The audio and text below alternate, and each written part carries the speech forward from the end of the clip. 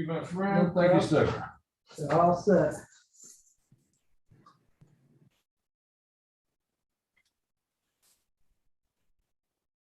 Hey, Andrew. Hey, Andrew, what's going on? Oh, okay.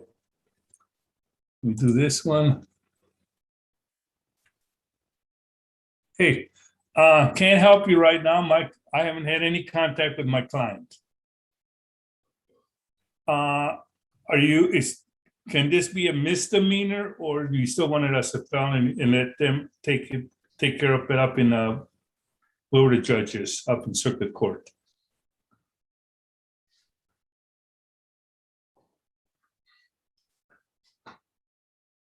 It's probation. What was the amount? Right. What was the amount? Because it doesn't say anywhere, so it sounds like it was used, kind of like a use in the pipe or whatever.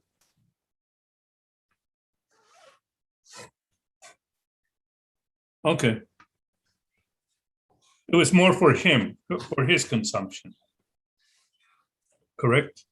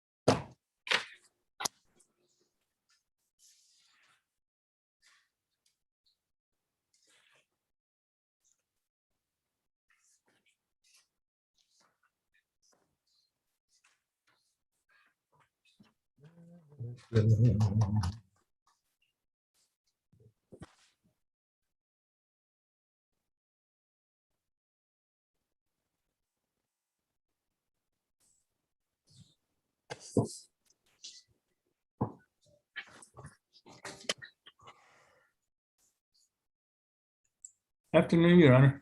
Well, it is more than a good afternoon. It's an amazing afternoon. I can't say what I want to say because this is live. It's a very good day to be alive. That's what I want to say. Well, and I will take that for what it's worth and say you are absolutely correct. Oh, I have Webster. He's in. Yeah, okay. I'm in no rush to go nowhere. So, well, you know how this is. When they bring them in, they will bring them in. I agree. I'll just sit here and mind my own business. And that's kind of what I'm trying to do too. Sit here and mind my own business. I'm going to mute myself, Your Honor. Thank you. Yeah.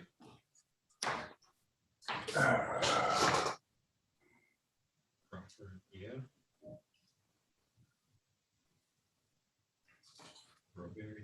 Okay.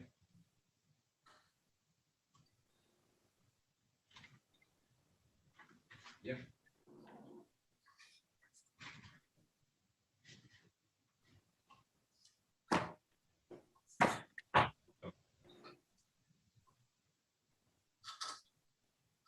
Yeah, his attorney called this morning and let us know.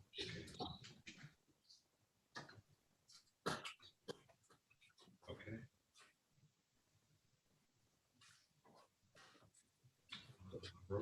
Yeah, Rochelu, I think that's how you say it. Okay.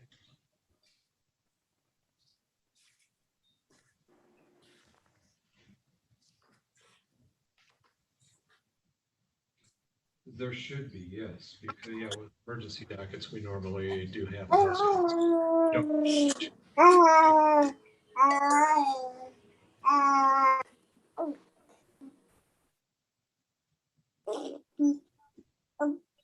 Oh yeah.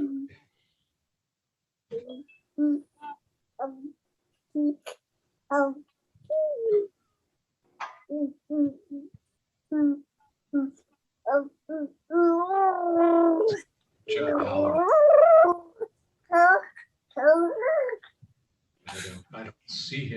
the screen yet, but yeah.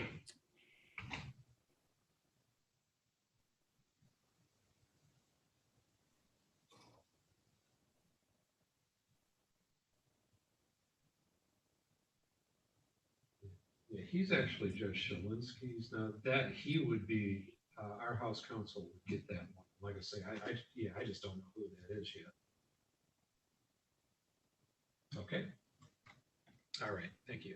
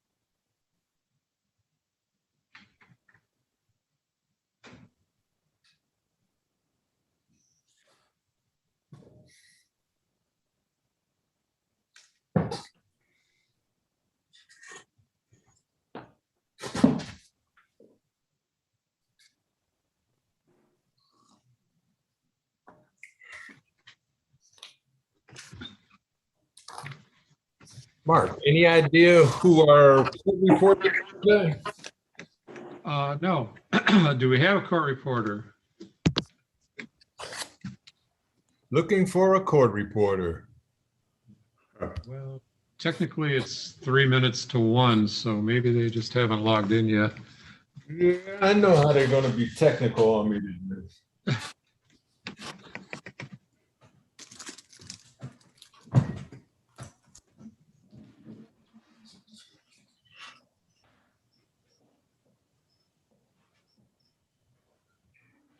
There's the rest of the custodies. All right. And they are in somewhere other than Division 3. Yeah, Division 2. Yeah, Two. the 3 that I gave you are Division 2, then That's you don't have to be Division 1. Okay. And they said they're logging on and that is not.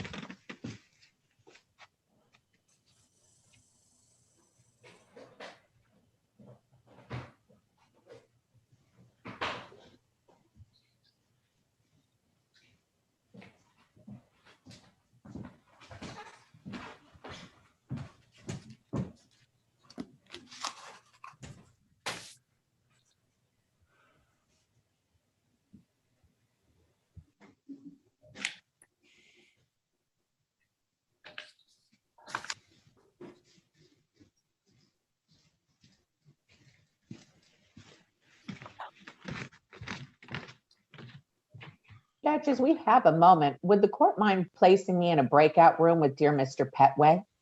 If you had a moment, I do have a moment. I would deeply appreciate that. You and Mr. Petway. Let me get you all together.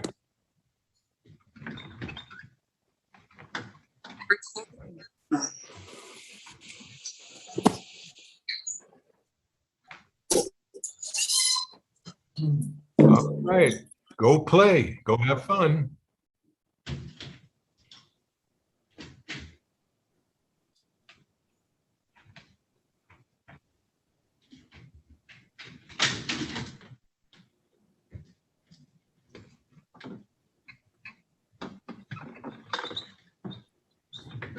Petway, go.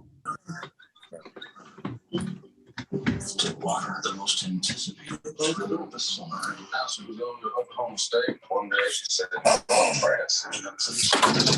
She's been in jail for 5 years. The only way to find the truth. Everybody can fight.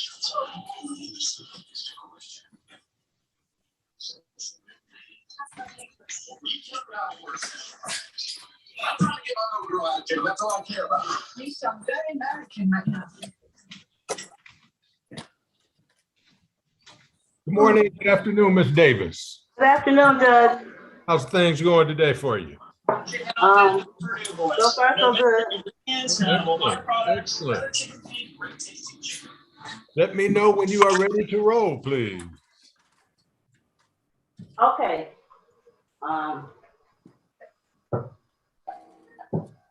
What are you calling first, Judge? Well, I'm calling you. Good morning. Good morning, Judge. I'm calling you again. Mr. Petway, Yes, I'm putting you in a breakout room with your lawyer, Mr. Petway. So go to the breakout room in a second. okay. Why did you? Do I gotta click something to go there? Yes, sir. All right, I don't know where it's gonna be at. Where it's gonna be at? Well, that's a very good question, Mr. Petway. Ms. Mashawn, can you hear me? I can, Judge. Okay, because he disappeared as soon as I tried to put you all in that breakout room the last time. Can you tell him where he needs to touch on his phone? Oh, I'm usually on my computer and it shows up dead center, Judge, and it says join breakout room. Okay. Okay, so let me try that one more time, Mr. Petway. Bless you. Thank you, Judge, for your kindness. Judge, did you say Petway you're calling? No, ma'am. No, Okay. ma'am. Don't worry about us. All right.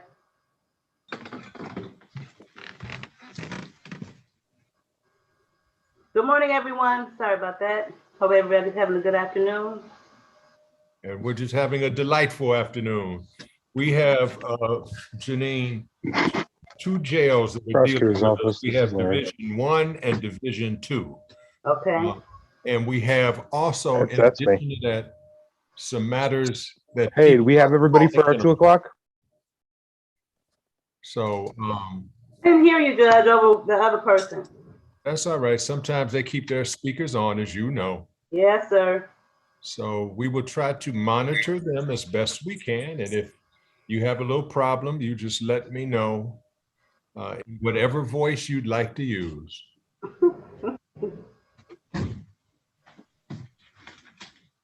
Does that sound like a winner, ma'am? Fine, Judge, no problem.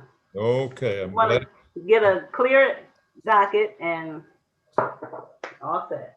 And you're ready to roll, are you not? Yes, sir. I'm ready. I just would like to know what case we're gonna call first. Well, I don't have an order, Janine. I just kind of do it. Okay. I mean, That's if fine. whichever one you know you're getting ready to call, if you could just say, never mind, I got it, Judge, no problem. Thank you, Ms. Davis. Thank you for being so flexible as we do this docket this afternoon.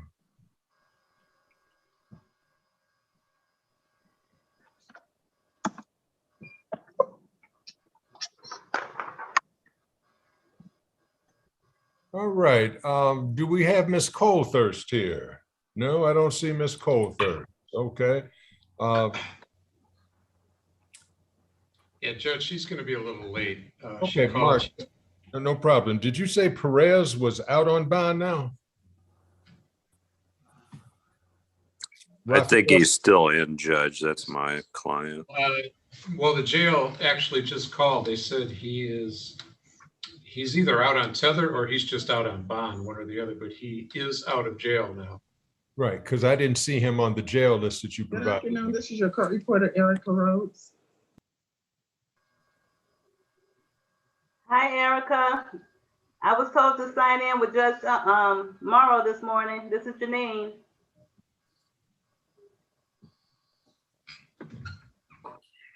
And I see Ms. Colthurst has joined us. She should not be in the waiting room. She should be joining us. Get her in here.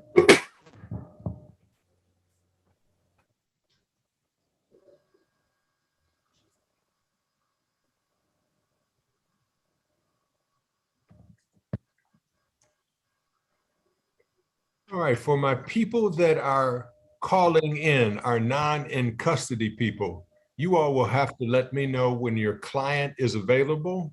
The jail is no problem for me because whoever they bring in, we will let them all in. So Are you ready with Mr. Petway, Ms. Michon? Judge, we needed that breakout room. We haven't made it there yet. Get out of here. Let me try it one more time. It never showed up the second time. Okay, try it this time. All right, Mr. Petway, you should see a thing that says join breakout room. And you click the join button, friend. Prayerfully, this works this time. Judge, I just have one request that you ask the attorneys if they could please be mindful to put their P numbers on the record as well. Hey, absolutely will do that, Ms. Thank you, Judge. Davis. I will see to it that they do it. All right, Mr. Noakes, are you ready on your matter, please? Yes, Judge. Okay, you doing all right this afternoon? I'm doing very well. How are you? Well, thank you for asking. This is case number 21-2069, Philip Ferguson. If you'll place your name on the records and lawyers with your P number for Ms. Davis. Of course. Good afternoon, Your Honor. Jonathan Mysick, P74620 on behalf of the people. Good afternoon, Judge Morrow. William Noakes, P42796 of the Neighborhood Defender Service of Detroit, on behalf of Mr. Philippe Ferguson, who is present via Zoom. Mr. Ferguson, do you consent to hold this hearing via Zoom today? Yes, this is Philippe Ferguson. I'm here. And would you please state your name for the court? Philippe Joseph Ferguson. All right, this matter was scheduled for a competency hearing. Is that correct? That is correct, Your Honor. Okay, consistent with that, did you get the report, sir? Judge Morrow, the Forensic Center was unable to schedule an interview before August 16th. So Mr. Ferguson's interview will be conducted on the 16th, and a report should be issued sometime within 3 weeks after that. Okay, that being the case, we need to reschedule or schedule again this matter. Let's schedule it for September the 20th for Mr. Ferguson. And that's on our Monday, 9 o'clock docket. So you're going to bless my birthday with work? Oh, okay, let's do it on the 13th. I'm kidding. The 20th is fine, Judge. Are you sure? I'm fine. Well, I'll make sure to have my singing voice together so that I can not offend those ears of yours. Oh, I doubt that you will offend my ears, because frankly, on that day, I'll be turning 65. I don't know if I'll even be able to hear you. Well, remember those, what did they look like? They look like funnels or megaphones that in the olden days, people used to put to their ears. So I'll see if I can find something on Amazon and have them sent to you. Well, thank you much. So we will see you on 9/20/2021. Okay, thank you much. All right. Your Honor, do you know if that will be the A or the B docket at this point, or is it too early to tell? No, it's not too early to tell. This is going to be on the 9 o'clock, my docket on Monday. That's on Monday. I see. So that'll be your personal docket, Judge Morrow? Yes, that's correct, Mr. Outstanding. Thank you so much. Thank you, sir. All right, Mr. Ferguson, you can hang up. All right, thank you. Who do we have in Division 1? In Division 1, young man? Yes. Hey, Judge, this is Division 2. Okay. We have Mark Lewis, which is in front of the camera right now. Okay, let me see if we have Mr. Mark Lewis. Is Mr. Brown on? Is Brian Brown? Yes, Judge. Good afternoon. There you go, my friend. This is Mr. Mark Lewis on case number 21-1730 and 21-1695. Mark Anthony Lewis. Your appearances with your P number, please. Good afternoon, Judge Morrow, Steve Ocular for the people, P70668. And good afternoon, Judge Morrow. Brian Brown, P80560. Appearing on behalf of Mr. Mark Lewis, who's present via the way of Zoom at the Wayne County Jail. Mr. Lewis, please state your name for the record. My name is Mark Lewis. Hi, how everybody doing today? Doing all right today, Mr. Lewis? Yes, sir. Glad to hear that. So, Mr. Brown, tell me what we're trying to do, please. Um, I need from you is I need a subpoena signed from you. Okay, excuse me, it's not coming over very well. I'm sorry to interrupt. That's all right. Let me mute Miss Woodside because she keeps that mic open all the time. Let me find her. And is it Prosecutor Larry King that's on the record right now? Oh, Steve Lockbeeler. Steve, oh, okay. Will Put you it tell in me the your chat. P number again, please? I'm so sorry. 70668. Thank you. Mr. Brown, before Miss Davis had her say on the record, what were you saying that you needed from me, sir? Judge, I need a subpoena signed in order to get Mr. Lewis's medical records. I've been having a very troubling time trying to receive them from Team Wellness. I spoke with Team Wellness and told them Mr. Lewis's situation, where he was, where I was, and I needed his medical records. They emailed me a form and told me to get that form signed and bring it back to them. I took that form to the Wayne County Jail, had Mr. Lewis sign that form, and I had a Wayne County Sheriff deputy witness and sign the form as a witness also. I signed the form and took it back to Team Wellness. Team Wellness instructed me they couldn't verify whether or not Mr. Lewis's signature was authentic and that the deputy signature was authentic. So they requested me to have that same document faxed over to them. I didn't hear that. I'm sorry. He requested him to have that same document. What, Mr. Brown? Sorry for the interruption. Have it faxed over to Team Wellness from the jail so that they could see the fax is coming from the jail. I then went to Wayne County Jail and they told me that they don't even have fax capabilities because their fax machine is broken. So at this point, I'm at an impasse and I have no other way to receive Mr. Lewis's medical records short of a subpoena. And she suggested that when I went up there the first time and when I told her and presented the paperwork, and she was like, no, I don't know who signed it and so on and so forth. And she said, you can always get a subpoena. So I tried to do it the easy way, but unfortunately, I can't do it the easy way.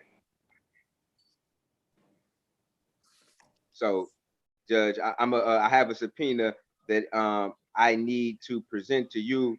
I need to know how to send it over to you so you can sign that and possibly email it back to me so then I could present that to Team Wellness in order to get Mr. Lewis's medical records. I spoke with the prosecutor today, and they don't really have too much of an offer. And I was hoping that possibly the medical records and an explanation of Mr. Lewis's situation could help maybe present itself with a better offer, hopefully.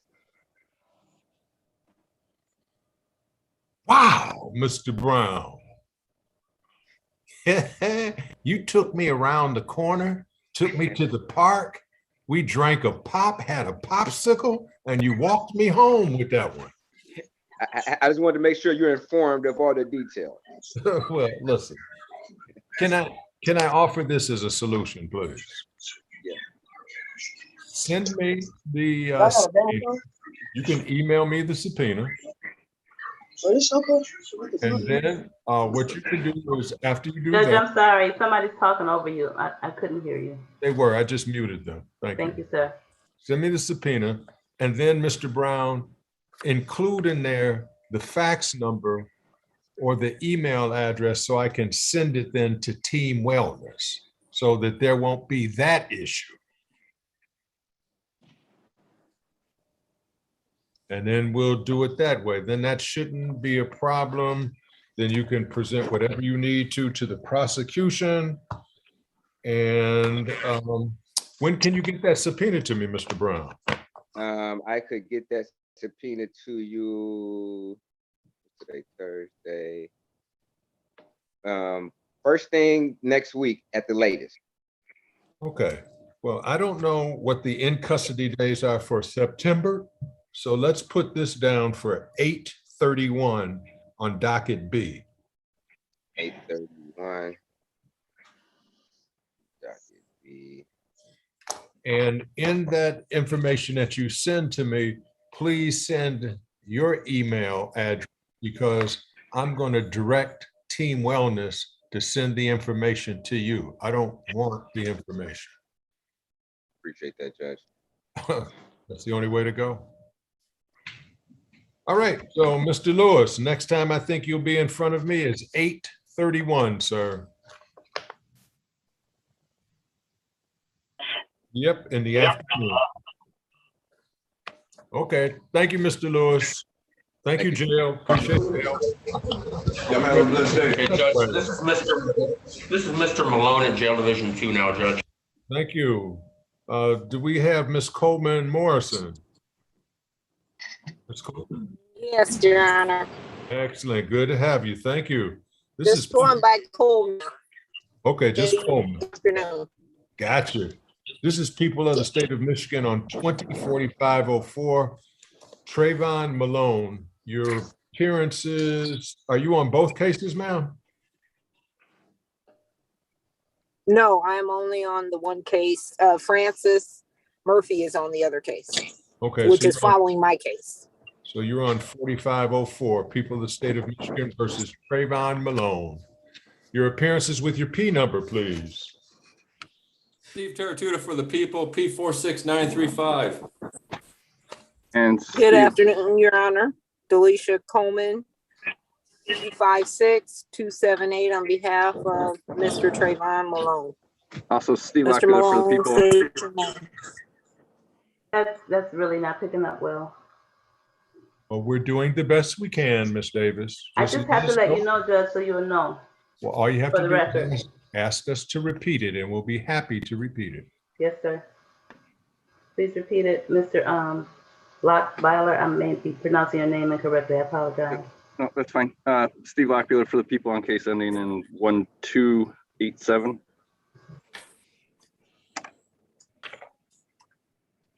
Okay, do we have Francis Murphy with us? Attorney Murphy? If we're just setting a new date, I can stand in and let her know.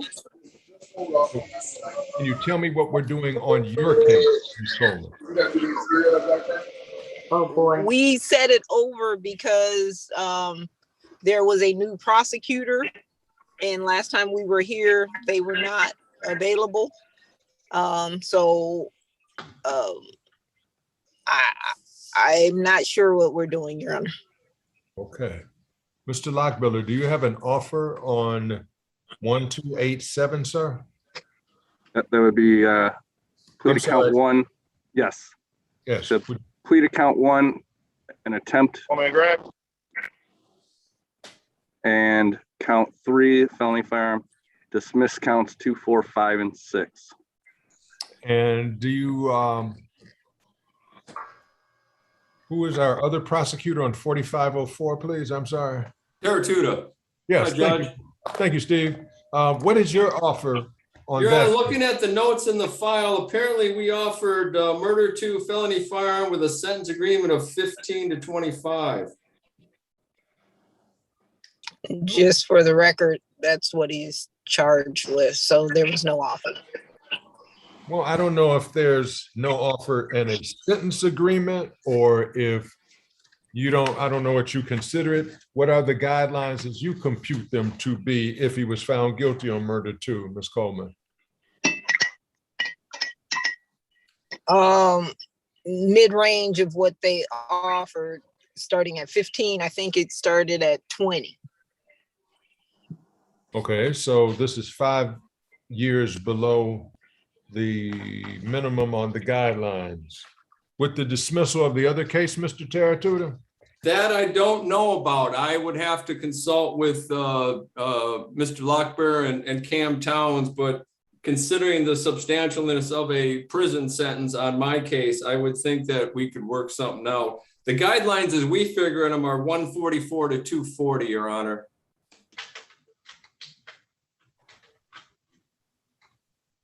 Okay, so your minimum is above the guidelines, Mr. Teratuta. I understand. I think Ms. Towns, based on the circumstances that's going on right now, might be willing to consider tweaking that a little bit. I mean, they wouldn't take that offer, so they would just plead straight up. Well, I'm wondering if the court wants to do a Cobb's evaluation on it for them. And unfortunately, I don't do Cobb's. You know, you got to either be guilty because you are guilty, and we'll go for sentencing based on memos and everything else and letters of support. But if not, I just don't like to do that heads up for people. That's fine. I understand, Your Honor. We could work around that if the defendant wants to do that. So we're not taking the non-offer is the bottom line. There's no offer. Okay. So the other case is not as important as the Malone case. I have this one in a pretrial stage. Are there going to be any motions that you're going to file on your homicide case?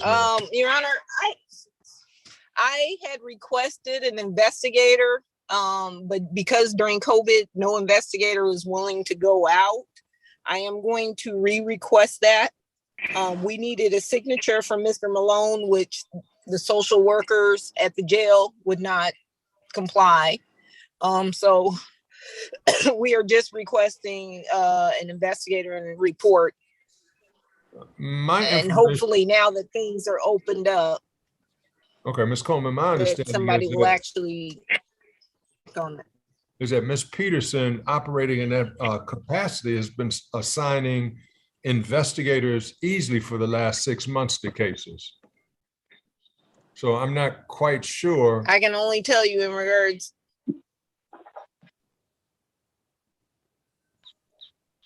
I will attempt to reach her again because it was earlier that I had requested this, and basically no one would, the people that I had asked did not respond to me. The investigators I respond. So I'll get with Ms. Peterson and see if there's someone else.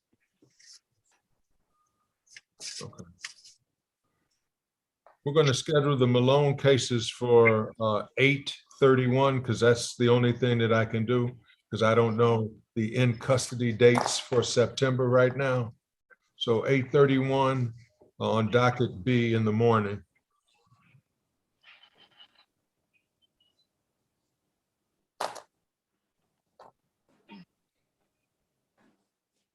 You're muted, Miss Coleman. Bless her soul. You're still muted. But you have easy lips to read, so just talk slowly. There you go. You got me.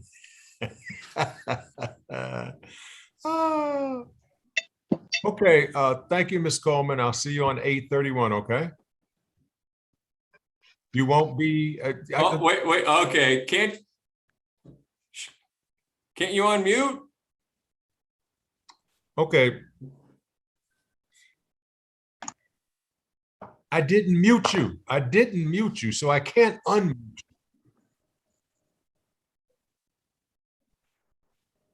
You think I'm muting you. My love. It's not me. Okay. Thank you. Oh.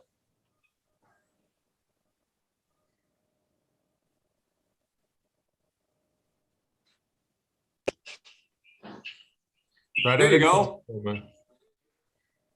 Can you hear me now? Because it said the host would not unmute me. And then it just came up. It said the host would like me to unmute. And now I'm unmuted. Well, so I don't know what happened there. Yeah. But I can ask Miss Murphy to appear on the 31st, but I will be out of town until September 4th. Okay, can you do it August the 20th? And I know that's, but that way you can get in touch with Ms. Peterson, get the ball rolling with that, and let us know where you are on August the 20th. Does that date work for you? Yes, that's fine. Okay, and that's That's on fine. docket C, On the 20th. right, on the 20th, 8:20. Thank you, Your Honor. Pleasure is mine. Thank you. Thank you. Have a safe, blessed day. Thank you. See you, Mr. Malone. Judge, Ms. this is our Davis. last guy at Division 2, Mr. Barnes. This is the people of the state of Michigan versus Mr. Barnes. Mr. Kuja, are you there? I see you, sir. I see your name. What is it, Janine? I didn't mute you, but Okay, give me one moment, Judge. I don't know what happened either. Give me just 1 second, please. whatever happened to Miss Coleman just happened to you. Yeah. And you're calling Barnes next, right? I'm trying to find, he says the host is allowing users to unmute. Yes, I am, sir. But I'll try you. Okay, I'm ready, Judge. Thank you. Okay. Mr. Kuja? All right, now it worked, Judge. Thank you, when sir. you sent me the thing to unmute, it worked. But before, when I was trying to do it myself, it just says the host is not allowing users to unmute themselves. Man, you know people don't need permission to talk in this world.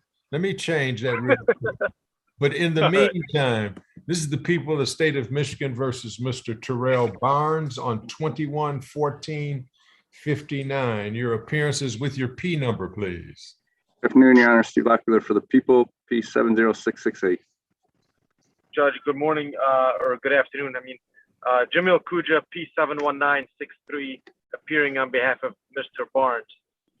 Okay, it has come to my attention that Mr. Barnes has another active case, which is the reason that he is in custody right now.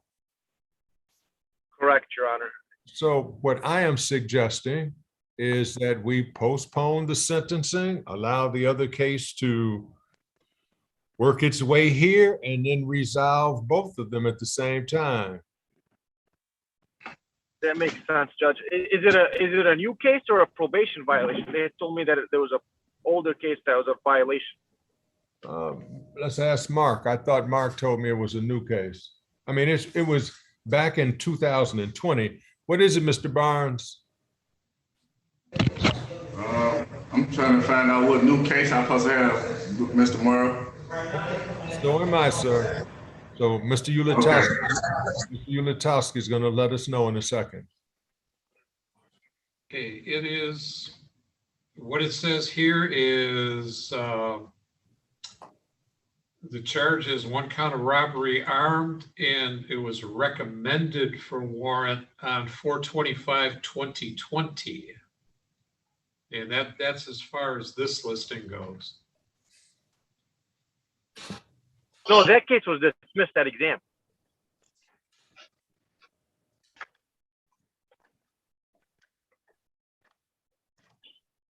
Oh.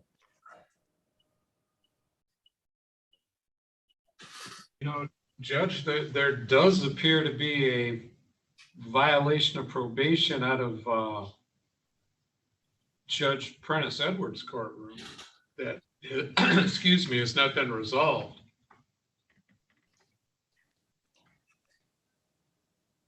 And I'm guessing that this case would be the basis of that violation. But initially, yes, he had 2 cases.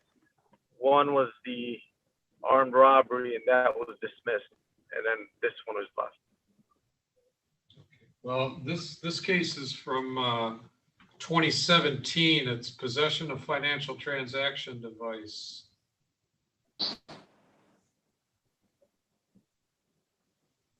That's the probation matter you're talking about, right? Yeah. Oh, you know, and as a matter of fact, it's set for violation hearing on August the 18th. Is that going to transfer from Judge Edwards to Judge Morrow, or the other way around? Or?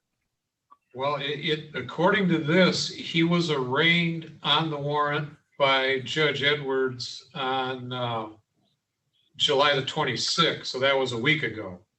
And then they set a violation hearing for August the 18th in front of Judge Edwards. And Attorney Sharon Greer was assigned to the case. You know what? All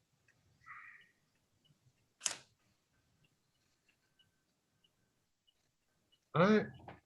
Are you ready to proceed to sentencing, Mr. Kuja?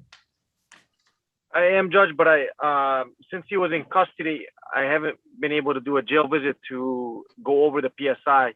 I don't know if you're able to give me a breakout room to do that with him and then proceed with sentencing. What is it, Mr. Barnes? Mr. Morrow, last time we was on Zoom when I was out in the world, remember you said that you was gonna get my probation case in front of you for today for sentencing. Ah, there you go. Way to rock and roll. And you know that if I had done that, we wouldn't be talking right now about where that case is. Absolutely. But let me put you in a breakout room, and I will see what I can do with that case. Mr. Kuja, let me put you, and Mr. Barnes is in Division 1. Nope, he's in Division 2. So let me get you out of Division 2.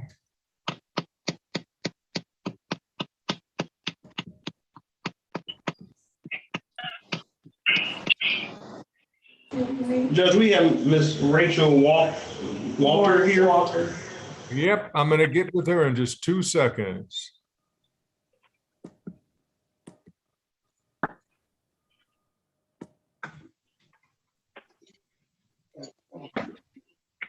So, Mr. Kuja, please join.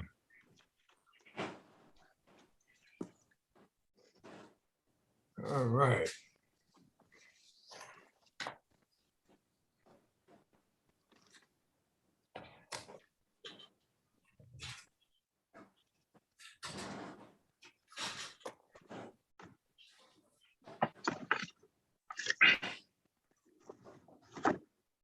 Mr. Haller, are we ready on Miss Morris? Mr. Haller.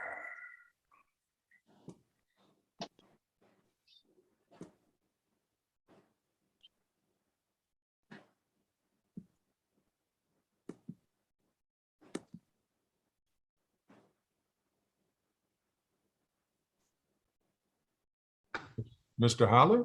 Okay. Yes, Judge, I got a little signal here. Can you hear me now? Yes, I can. Thank you. There was a little signal that it wasn't allowing us to unmute ourselves, but I guess we got it done. And yes, I'm ready on Ms. Walters. Okay, this is case number 25157. This is Rachel Ann Morris. Ms. Morris, give us your name, please. Okay, they have you muted because I just hit. Everybody should be able to unmute themselves. Hey, County Dale.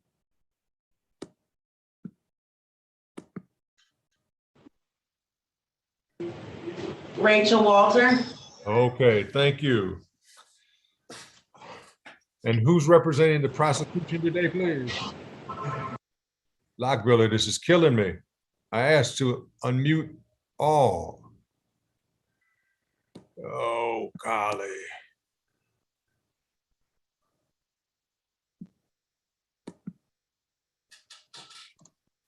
Good afternoon, Your Honor. Steve Lockbiller for the People, P70668. Okay, thank you. So, Mr. Alla, have you had a chance to review the pre-sentence report, sir?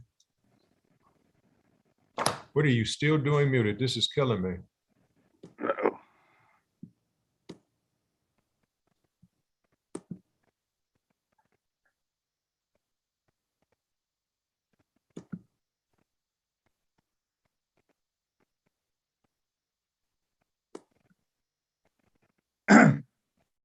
Yes, Your Honor, I've had a chance to go over the pre-sentence report. with my client personally in the Wayne County Jail. And I made sure that she had a copy of it when she was in the Oakland County Jail. And the only thing that I would add to it is that she actually has received a bachelor's degree in human services management from Phoenix University, which I do not believe is in the pre-sentence report under educational accomplishments. And then I have I believe we're entitled to 290 days worth of jail credit here. Okay, Mark had calculated 245. So. Well, I believe she was arrested on October 19th. Okay, let me see.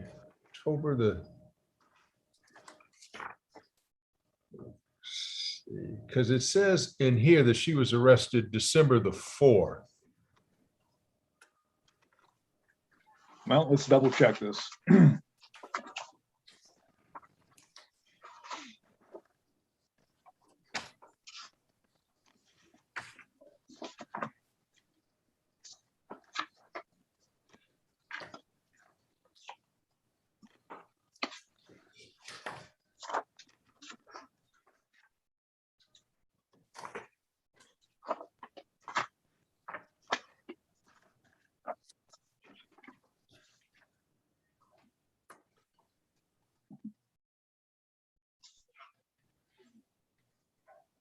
Because I don't know if she was arrested from Macomb because the date of offense is October the 15th.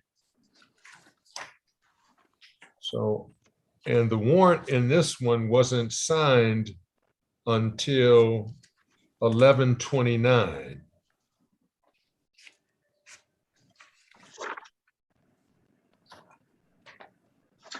All right, well, she may have been in jail since October 19th on other charges in Macomb County and Oakland County.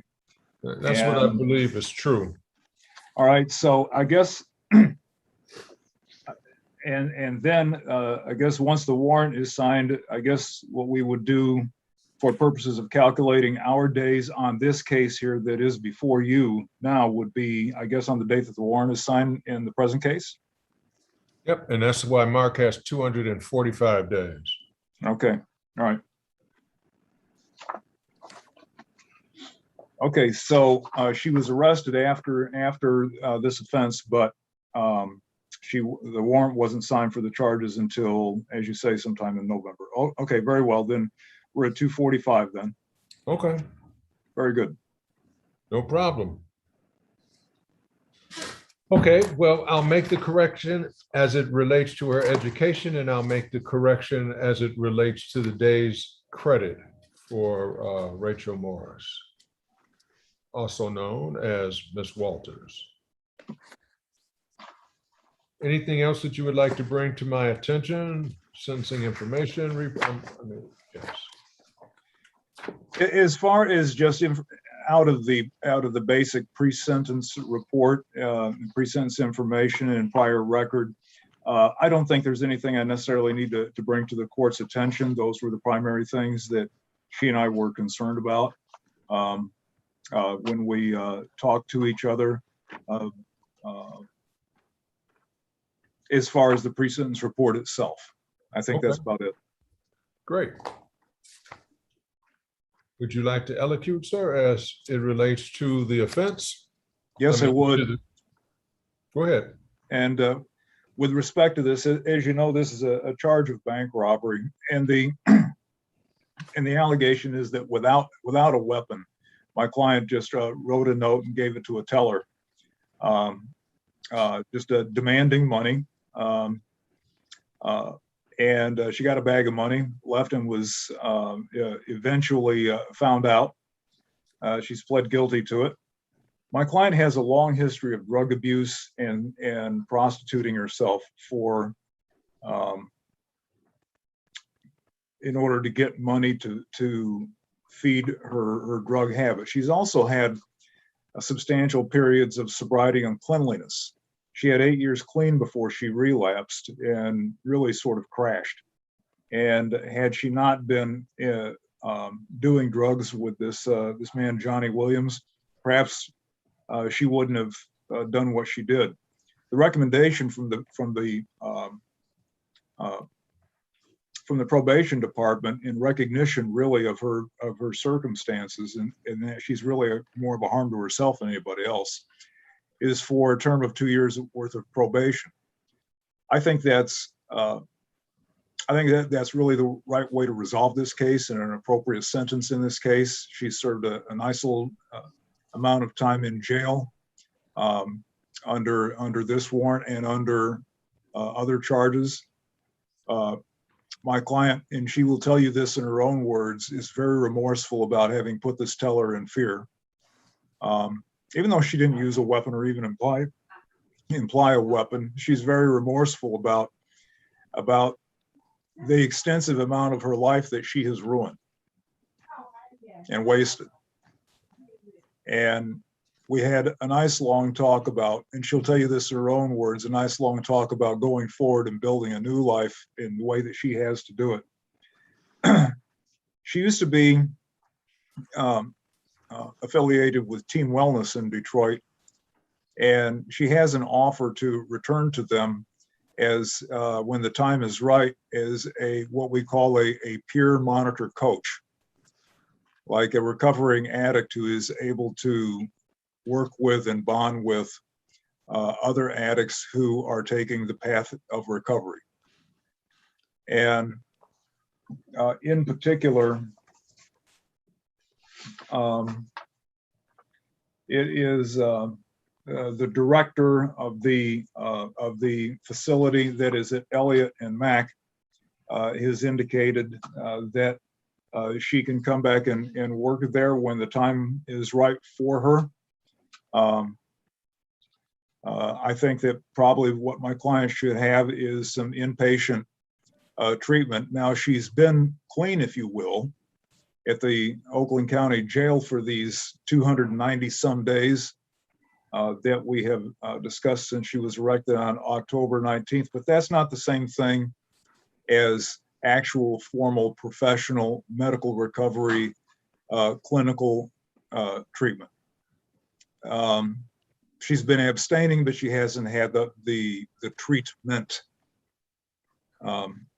So I think that in-house treatment would be appropriate for her. She suffers from a bipolar condition and depression and post-traumatic stress disorder, and her self-medication sort of leads to this hellish situation that she's put herself in, and she's bound and determined to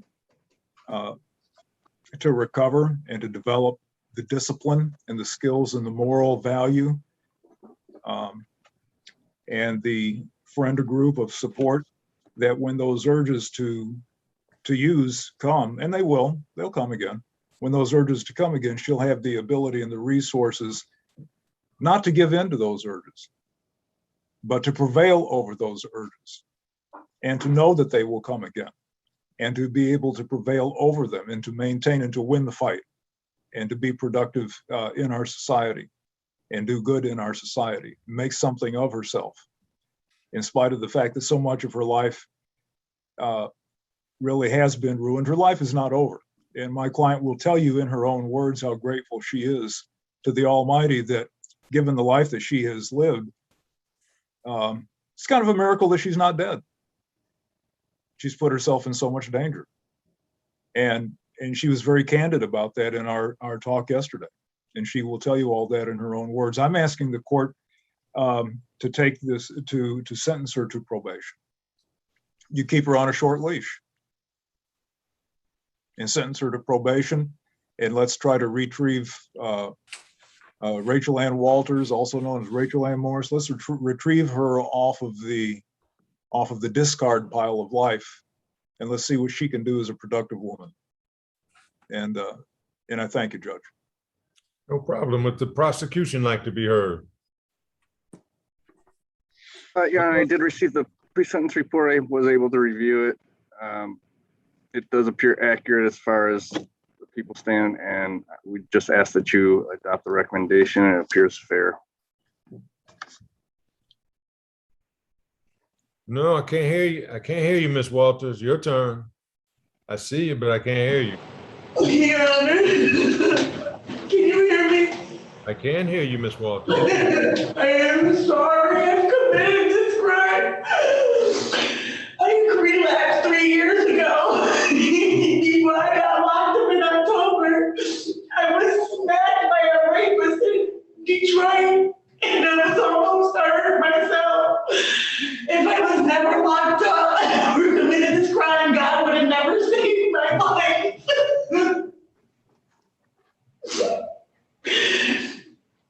I think Your Honor, if I could give you a hug, I would. Because right now, I have a son of twins and a 13-year-old son that I want to get back. They need a mom, and I'm stupid and foolish for doing this. If I never relapsed or found out I had breast cancer or anything, I would have never been in this situation. My ex-husband supported me financially. My husband supported me mentally. I've already contacted Sheriff House as a 30-day outpatient or inpatient rehab on West Grand Boulevard, and then there's 6 months outpatient rehab with transitional that will help you further with your kids. They'll help you with mental health. I can go to Team Wellness and get mental health for help. And then when I get done and I have a year clean, Leon, the director of board, said that he'll hire me as a peer support specialist like I was before. I have a degree in school. I've been always wanting to help people in my type of situation. I don't want to hurt nobody. I feel so bad that lady. I'm scared of her. I told me to make this crime. I would never do this again. I've been locked up for 291 days with Oakland County Jail and Cole rank concurrent with this case. And that's why my lawyer said it was 291 days because it was all rank concurrent when I was sentenced in January with this case. I mean, I apologize to you and to everybody because you give me probation. I promise I won't do nothing to hurt nobody or fuck up. I want to get myself together. I want to go back to school. My husband already got me a computer and a phone and everything. Everybody's waiting for me to do the right thing this time. This is on me, not nobody else, not you, Your Honor, not probation, nobody but me. I gotta make this right for everything. And I apologize from within, and I feel so remorseful, I'm sorry. All right, do you have anything else that you want to say? I thank you if you do give me the probation and hopefully time served or something. Let me know some type of way I can get out of here and that I can go to rehab because I need to get on cognitive behavioral issues. I need the help in mental health. I need the help to get back on medications and do what I need to do because I need to do it for myself. But I appreciate it, Your Honor. You're just giving me a second chance and another eye-opening of one more time, and I can't fuck this up or else it'll cost me my life next time. And it scared me deathly to know 10 to life was the sentence. And God gave me this chance to have a support system. My brother never left me. I have clergy and their spiritual help. I want to get a support system. Okay, can you hear me now? Yes. I know you have a lot on your mind and a lot on your heart. Thank you. Right. Now, I've listened to a lot that you said and you started to repeat yourself. Is there anything that you think that you haven't said that you would like to say? Because I got a picture of what you want. I have a My picture. lawyer's already said all of it practically. Okay. So this is what I see.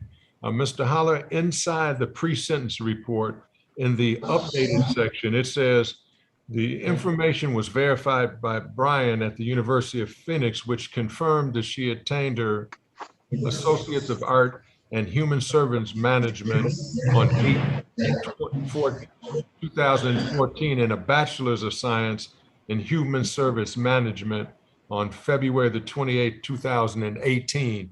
So it has the information that you wanted me to include already in the pre-sentence report. Okay, we just overlooked that part. My client didn't see it in there, and That's all right. I just wanted you to know. For it. Thank you. I just needed you to know that it was already contained in there. And I saw the recommendation of the probation department. And Ms. Walters, it is very unusual for the probation department to offer or to recommend a period of probation when somebody commits the offense of armed robbery, because that's an offense. Yes, I know it's God, Your Honor. Right. But let me finish.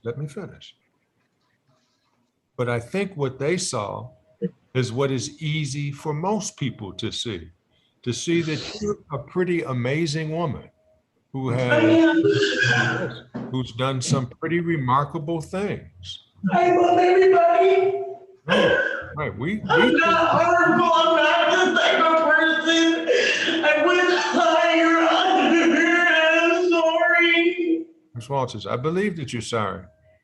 But when you say that you're not a harmful person, I'm pretty sure you scared the bejeebies out of the clerk. I understand.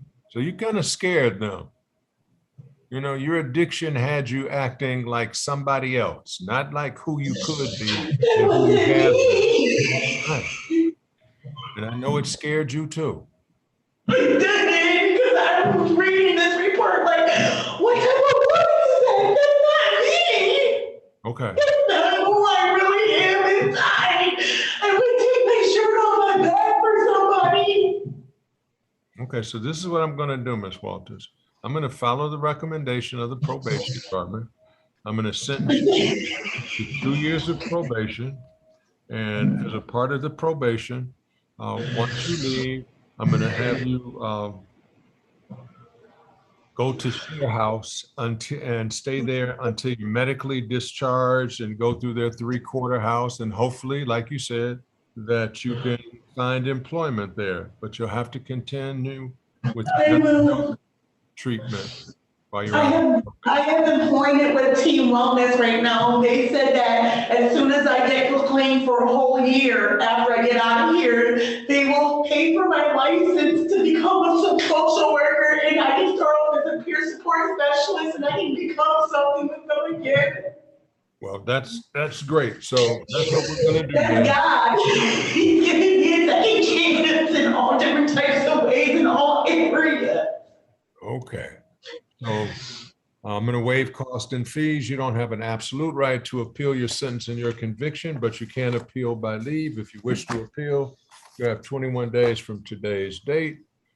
You'll be given credit for 445 days, but since there is no incarceration, that's just letting you know what you have. So, Hey, Judge.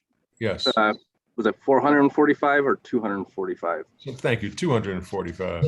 I'm like, yeah, wait, I'm locked up for 291 with Oakland. That's a different case, ma'am. That's not on, that wasn't. Yeah, I know, but I'm like, wait, how's that 400? I was about to do the same thing. I'm sorry. That's all right. All right. Well, if there's nothing else, good luck to you, Ms. Walters, Ms. Morris. I know that you I will never come in front of you. The next time I come in front of you, I'll be bringing a client or something that can get help. I'll look forward to it happening, ma'am. Thank you, Your Honor. I appreciate it. Pleasure's mine. Whoa. Okay. Thank you, Mr. Howler. Yes, sir. Thank you. Appreciate your help. Ms. Colthurst. Ms. Colthurst. I take it I have everybody else on mute, don't I? Boy, I don't know how to get this off. Sure. Share house or team wellness for inpatient? Share house.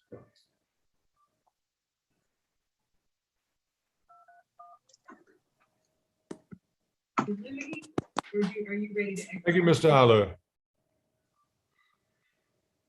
All right there. Let us next, Mr. Moxie, who is your client, sir? Mr. Rafael Perez?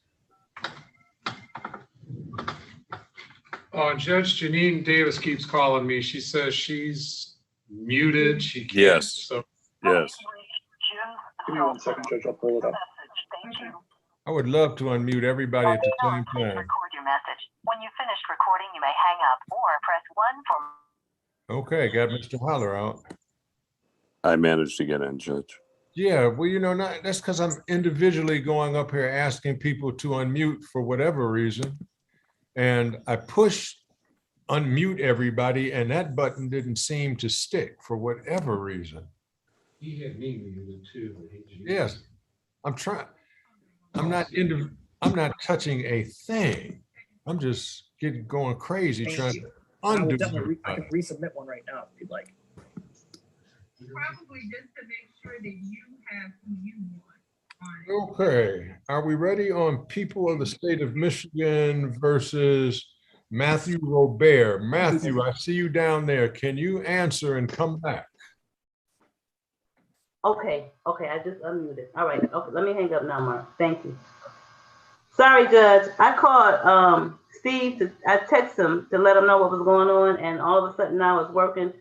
But if you called the case, I didn't hear you, so could you? No, that's Please, because please. I unmuted you myself. Okay, well, thank you so much. Before you said you couldn't unmute anyone if you didn't mute them to begin with. So, I tried not to. Mr. Robert, can you hear me, sir? Bear. You should be able to unmute yourself, sir. Okay, I'm all set. Thank you. Hello. Can you hear me now, sir? I can hear you. Can you hear me? Yes, I can. Thank you. This is a probation case. This is the people of the state of Michigan versus Mr. Matthew Arthur Robert on 16-70729. Mr. Floyd, can you talk to me?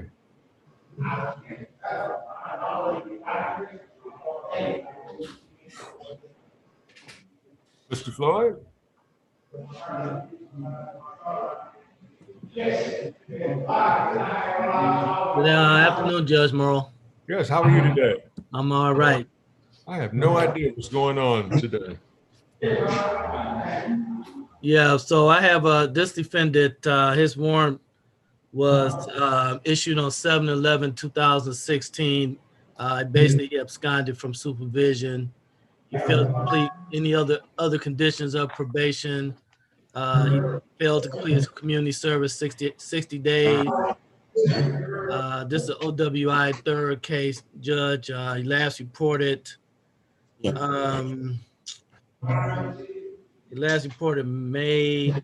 20th, 2016. Yes. Mr. Robert. Yes. Can you hear me still, sir? Yes. Okay.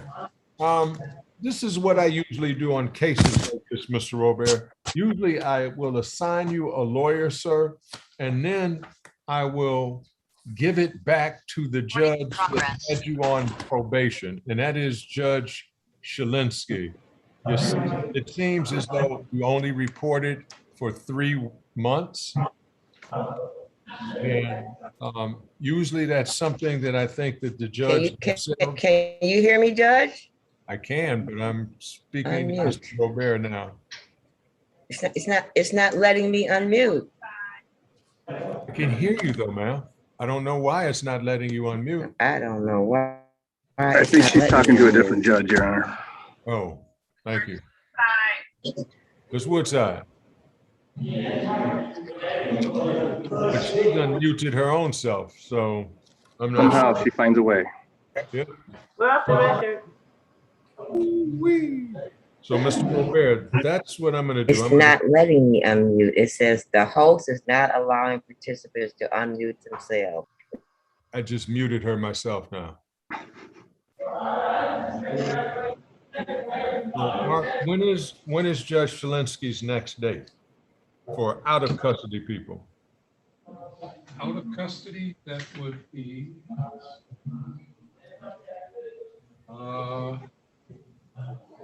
Should be. That would be when, I'm sorry? He does his out of custodies on Mondays. So let me check and make sure that he's here this Monday.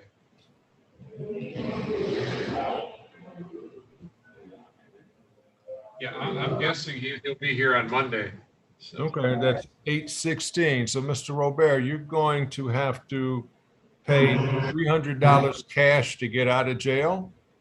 So that's what your bond is going to be, $300 cash. All right. Do you think you'll be making bond, sir?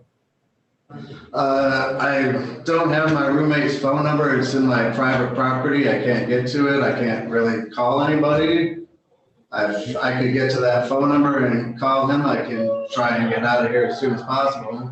You don't know anybody's phone number, sir? I mean, I know my parents in Vegas, but that's not going to help me.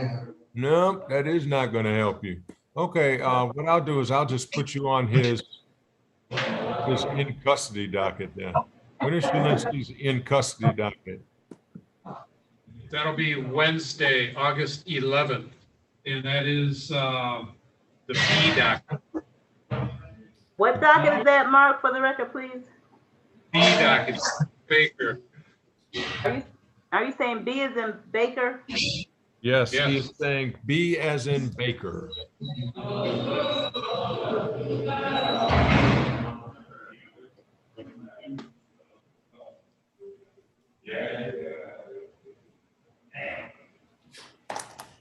All right, thank you, sir. Thanks, Johnny.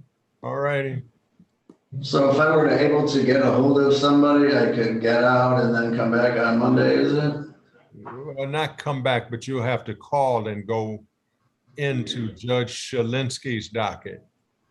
Call it, oh, like this type of idea. To Zoom like we're doing now, sir. All right. I mean, I would like to try and do that. Okay, well, that's your bond. Anyway, it's $200 Hopefully I cash. get 200. Yep, $200 cash. 200 cash. All right. All right, good luck, sir. All right, thank you. You're welcome.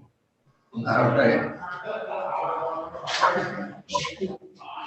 Davis. Ms. Davis? Yes. Okay, you can hear me. That's cool. At least we're talking now. Okay. Mr. Nasser. Good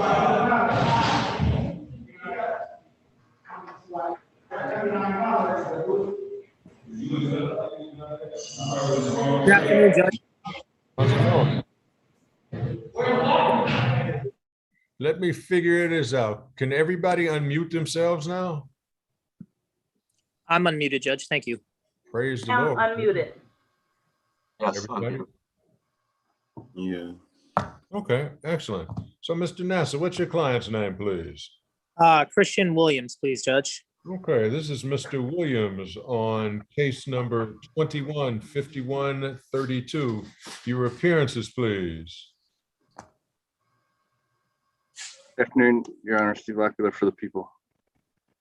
I will stand in for the prosecutor of record. It appears to be Pat 2 case.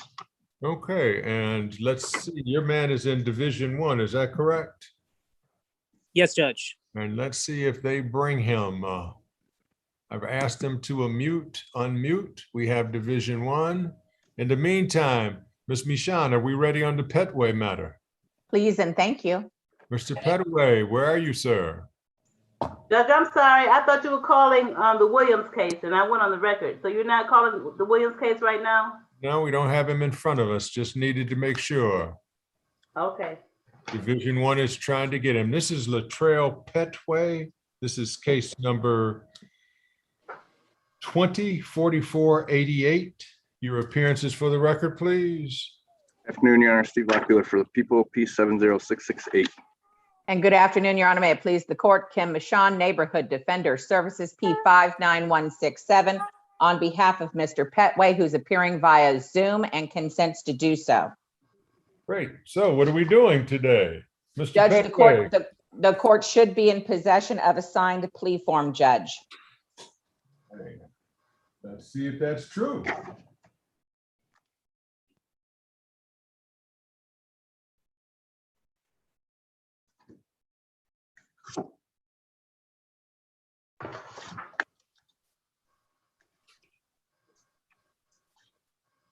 It is true. Yay.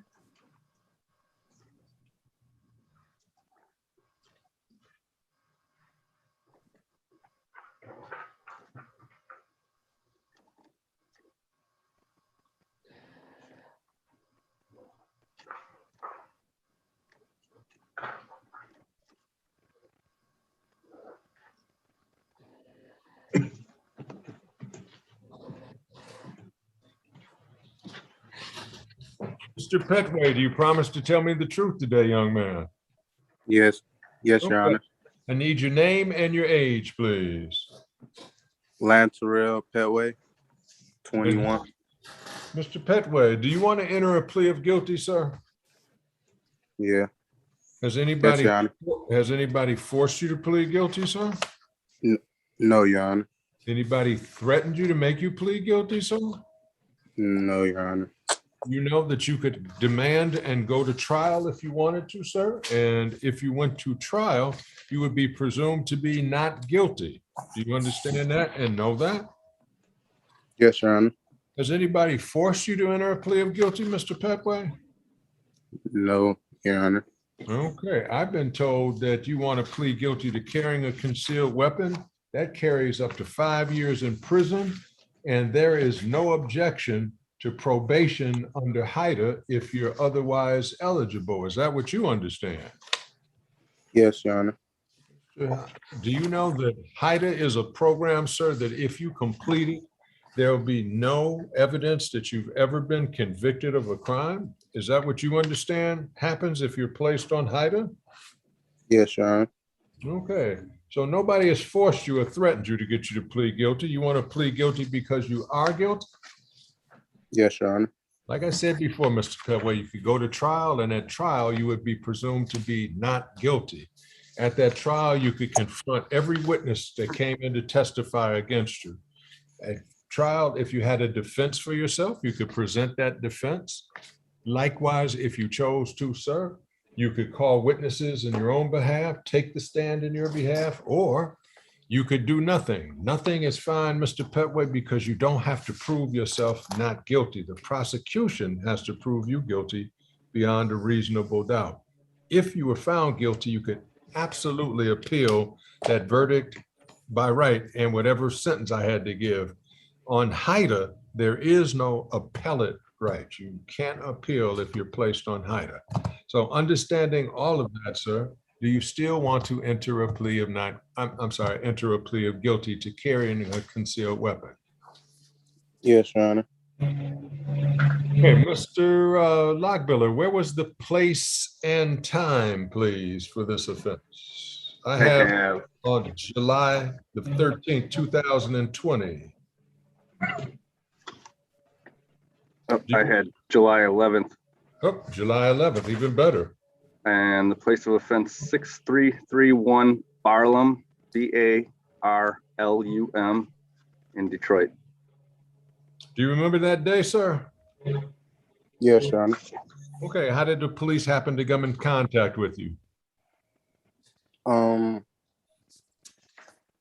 I was walking into the store and they pulled behind a car, and when they got behind the car, they jumped out the car and they walked up to me and they put my hands behind my back and they checked me and they pulled a gun out my pocket.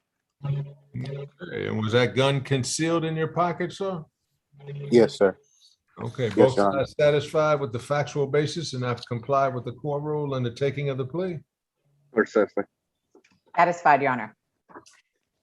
I need you to call this number, Mr. Petway, 456 456 4600. 4600. That's correct. And let them know that you need to be scheduled for an interview, and we will do sentencing on October the 4th for Mr. Petway. Okay. And that's on your personal docket, Judge, at 9 o'clock? That is correct, ma'am. Thank you, sir. A lovely day to all. Mr. Petway, you can hang up now. Thank you so much. Okay, thank you. Ms. A lovely Michon, day to all. Oh, Ms. yes. Michon, I'm sorry. Tell me your P number again, please. 59167. Thank you. Pleasure. Mr. Harris, can you hear me, sir? Mr. Harris.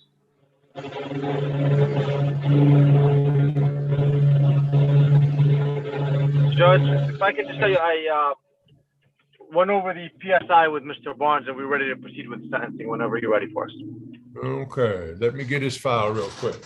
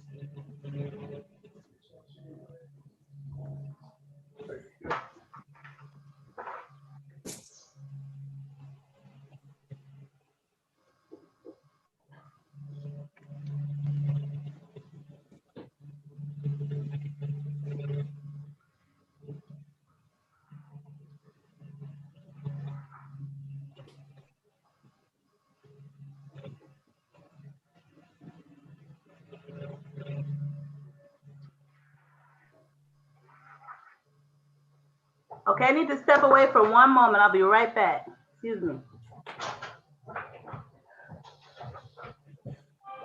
If we push mute on, No. the screen should pop up, right? Right. And it would. Yeah, we don't want to ever mess with that one because they already got people that are unmuted. So everyone else at this point should have the ability to unmute themselves. Okay. So there's let's nothing try left. it. So you can. Okay, check that again.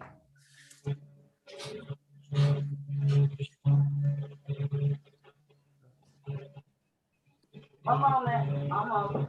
Put it on the side, Stephen.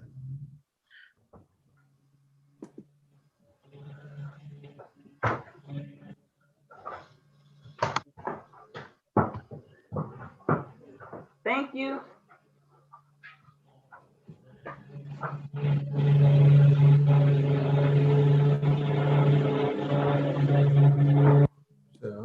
Okay.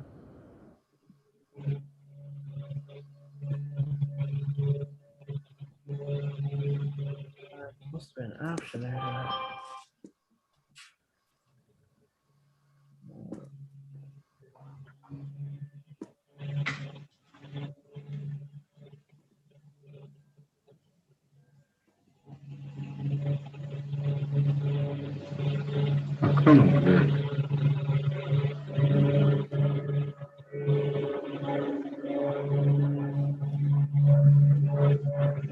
Okay, we all should be in good shape. All right, I hope. We need to test Janine. She also she is the one who called in. Okay, Janine, can you hear me? I can. Can you hear me? I can. Okay, so Let me just see, Mr. Coogee, can you hear me? I hear you, Judge. Great. And Yeah, how we can about hear you, Mr. Kanoki? Can you hear me? Yes, Judge. Great. All right, so I think we're good, Your I Honor. think whatever the problem is, it has been resolved. I like to try to mute myself and then unmute before he leaves, if that's okay. Janine, can we just do where we are? Mr. Barnes, can you hear me? Barnes, okay. I won't mute. Mute yourself. That's fine. You said, I mean, I was just gonna test it, but it's not, that's all right. It's better safe than sorry, right? No. Okay, I'll mute. Let me see what happens. Mr. Barnes, can you unmute yourself? It worked. Thank you. You're welcome. Thanks, Steve. Thank you, Your Honor, Stephen. sorry for the interruption.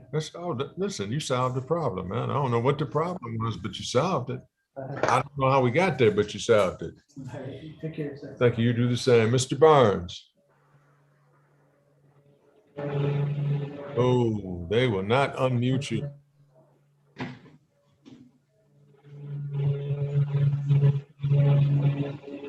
Who do we have in Division 1? Young man, can you unmute yourself? Raphael? No, not you, Raphael. You're good. Stay where you are. In Division 1.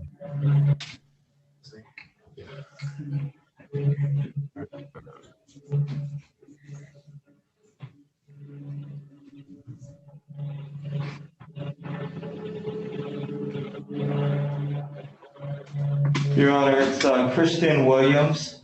Thank you. I can hear you now. Okay. Do we have Mr. Wallace on? Judge, I'm here on Williams, please. Thank you. This is People of the State of Michigan versus Christian Alante Williams, 21-5132. Your appearances for the record, please. Good afternoon, Your Honor. Steve Lockiller for the people, stand for the prosecutorial record in this matter. And good afternoon, Your Honor. Good afternoon to your staff. May it please His Most Honorable Court, Mohammed Nasser, P74485, appearing on behalf with Mr. Christian Williams, who also appears via Zoom at the Wayne County Jail. Mr. Williams, please identify yourself for this court. My name is Christian Williams. Good morning, Your Honor. How are you doing today? Good afternoon. I'm doing pretty good. Thank you. As to the arraignment on the information, Mr. Nasser? Your Honor, defendant would waive the former reading, stand mute, humbly request the court to enter a not guilty plea on his behalf, please. It will be done. A not guilty plea will be entered. This is a case that's already been assigned to Wanda Evans. And Mark, what day will Mr. Williams' next date be? That'll be the A as an able docket on August the 25th.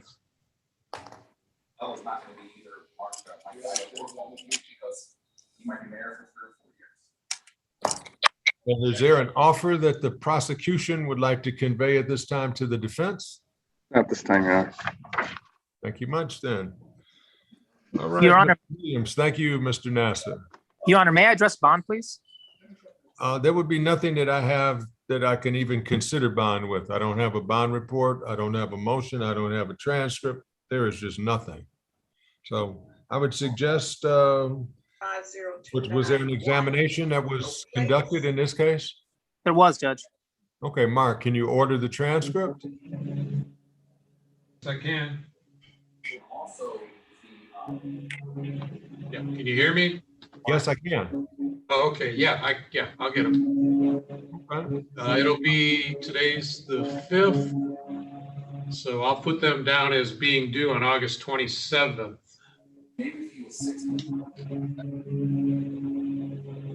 In the meantime, 8:25 is the next day in front of Judge Evans. You know, I'll order a DSU report also, so there'll at least be something, Mr. Nasser, and maybe a motion to give the judge something to think about. Yes, Judge. All right. Thank you much. Thank you See kindly. later, Mr. Williams. Thank you. Okay, thank you, Judge. All right. Mr. Barnes, can you hear me back now? Yes, I can hear you now, Your Honor. Okay, so Mr. Kuja, did you and Mr. Barnes have an opportunity to go over that pre-sentence report? I thought we had Mr. Kuja still with us.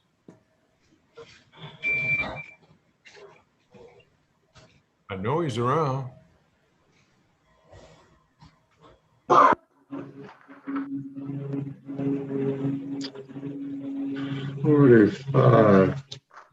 Mr. Barnes, he left us. He'll come back. He left again? He doesn't have any choice. So who's our next one in Division 1, or are we? Your Honor, Mr. Webster's on the tablet, on the AOI tablet, and then I can put whoever you want in here. Okay, you can bring Mr. Webster, that's fine. Okay, he's in front of you on the tablet. Okay.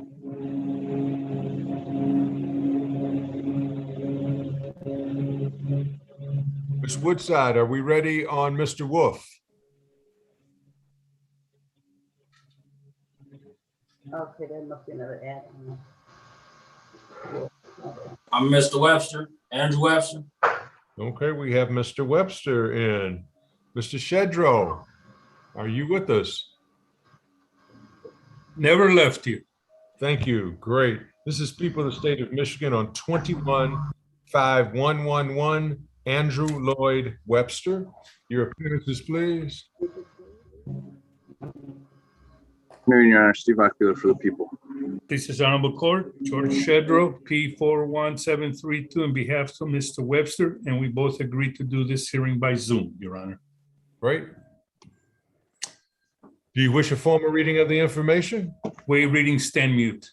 Okay, I'll enter a plea of not guilty. This is blind drawn from the docket of Deborah Thomas. So Mark, or was it blind drawn to Deborah Thomas?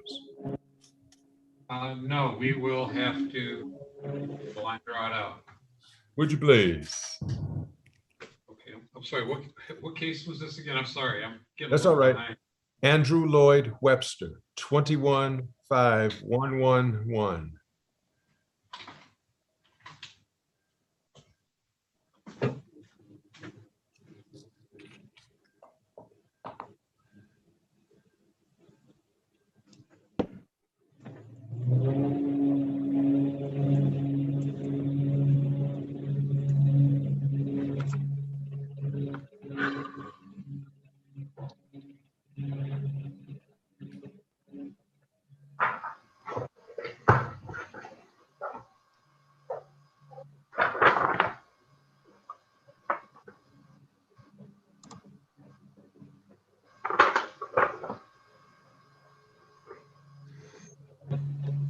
Pre-trial date, which will be your next court appearance. That'll be Judge Tracy Green. Let's see when her next custody.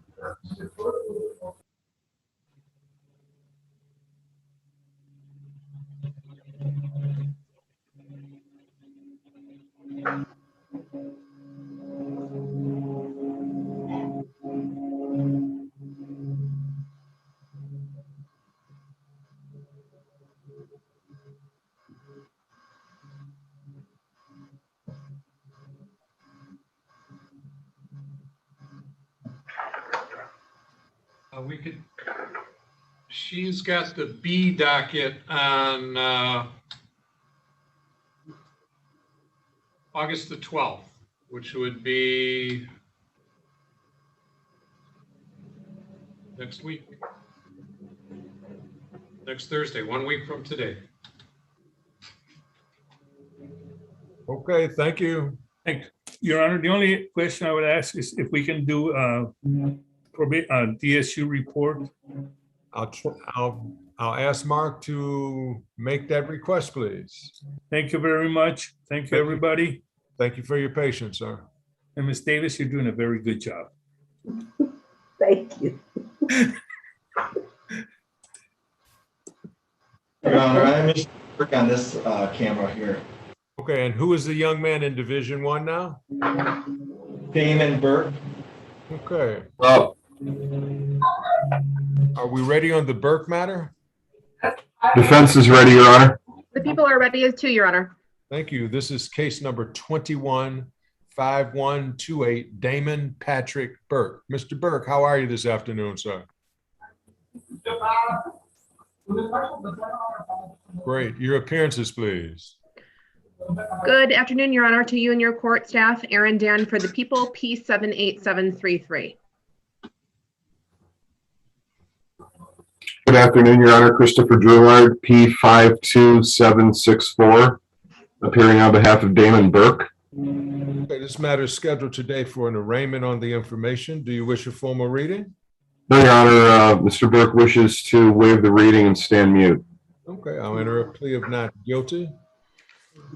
Mark, Judge Heisey case. Your Honor, if we want to keep this on your docket, do we need to adjourn today's AOI? No, the only way to keep this thing on my docket today is to enter a plea of guilty today. That's the only way to keep it on my docket today. Copy. Well, we're not going to do that. So, Well, then your wish it cannot be accommodated, your request.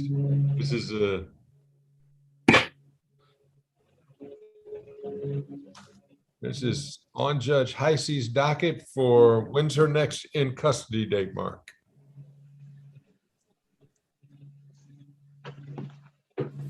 Give me a minute. You're getting way ahead of me. So What's the prosecutor's name again for the record? I apologize. Erica? That's fine. It's Aaron Dan. It's E-R-I. Yep, hi. Gotcha. Hi, Aaron. Thank you. You're welcome.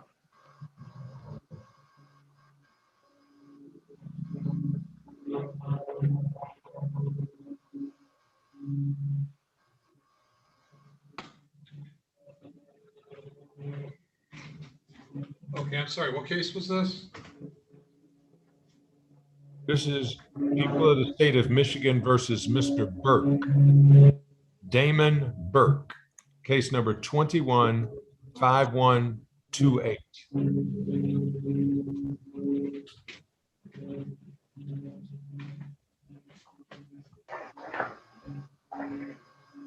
Okay, that would be 831 on the C as in Charlie docket.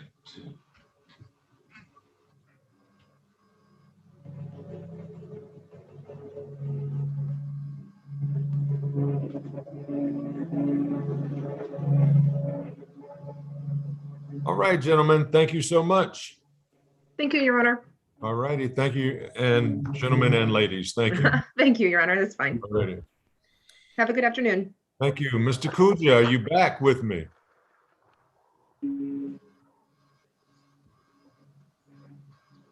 Mr. Kuja, are you back with me? Your Honor, I have Mr. Hilton on the tablet. Mr. whom? I'm sorry. Mr. Hilton, Hilton. Daniel Hilton. Ready, Judge.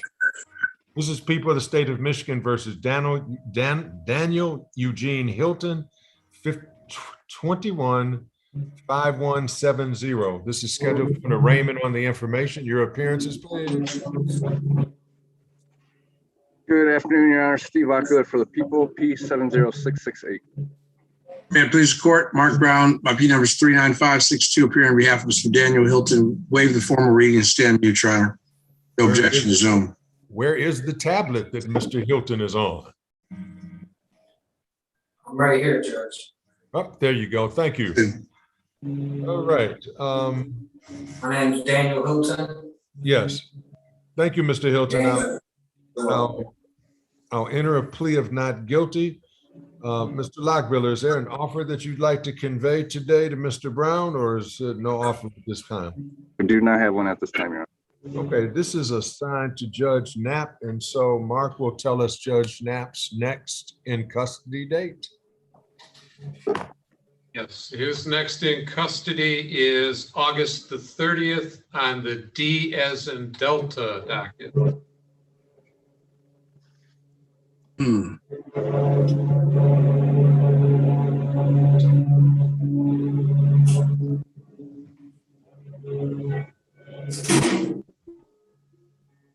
Thank you, Mr. Brown.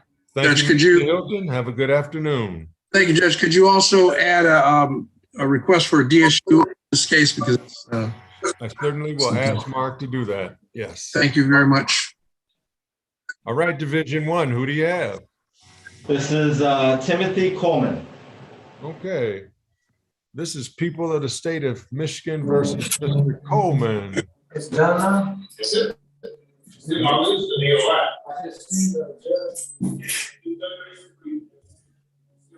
Good afternoon, Judge. Thank you. And good afternoon, Reagan Lake P70433 on behalf of the people. Good afternoon, Your Honor. Nicole Jones appearing on behalf of Timothy Coleman. Okay, this is an arraignment on the information. Do you wish a formal reading of the information?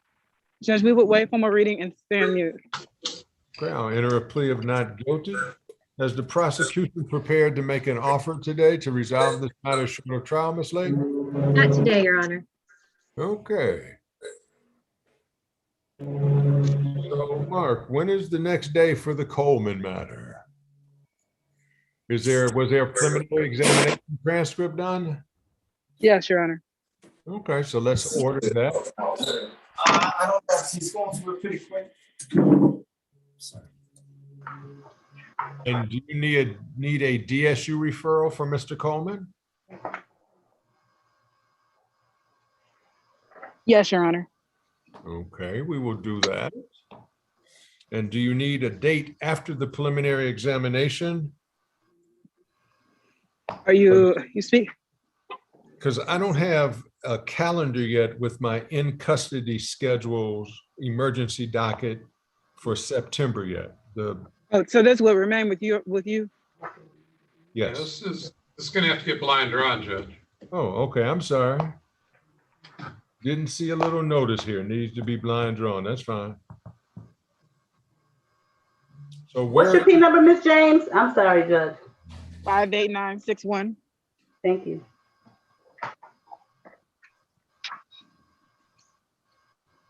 That's Judge Chandra Baker. Let me find her next in custody date.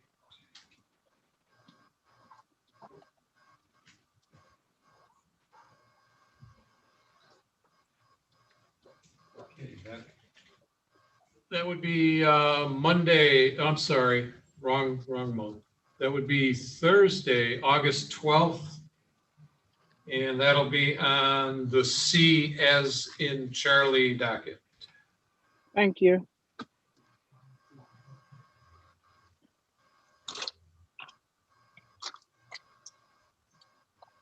Thank you. Thank you so much. Thank you, Your Honor. Appreciate it. Have a good one, everyone. Your Honor, I have Mr. Crawford on the tablet. Thank you, Mr. Crawford. This is case number 210577 with the parties for Marlon Wayne Crawford. Identify themselves, please. Good afternoon, Your Honor. Steve Lockbeeler for the people.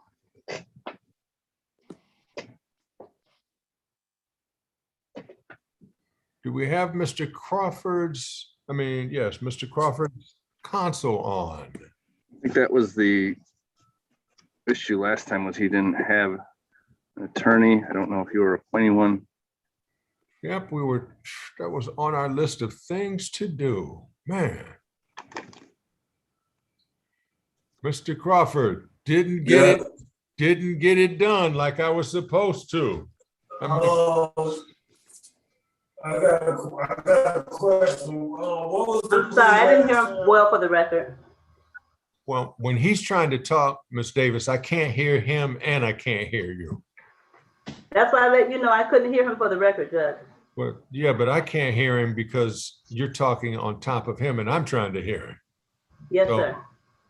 give it to me again, Mr. Crawford, please. what did they offer last time? Mr. Lockbiller, Mr. Crawford wants to know what was the offer the last time that he was here with Ms. Rashenka. The offer is plead to count 1, felon in possession of firearm, dismiss count 3, dismiss count 2, and the habitual 4th offense notice, a sentence agreement 1 to 5 MDOC. Oh, no. Okay, well, anyway, you heard the offer. Seriously, Mark, we'll just send this up to assigned counsel, and who else, the next person on the list will get Mr. Crawford, and we will put him on our schedule for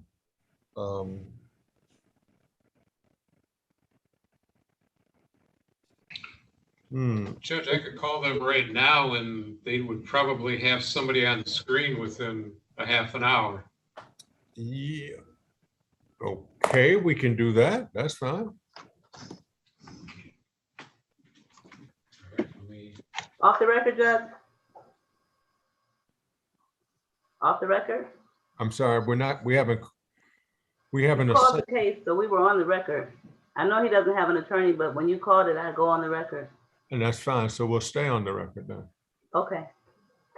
What? And are just waiting for an attorney to appear, do anything for us today, or they're just gonna need more time anyways? Absolutely.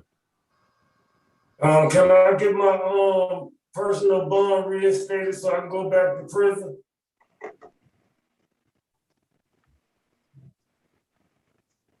That's a very good likelihood, but I can't answer that yes for right now, but I'll let you know.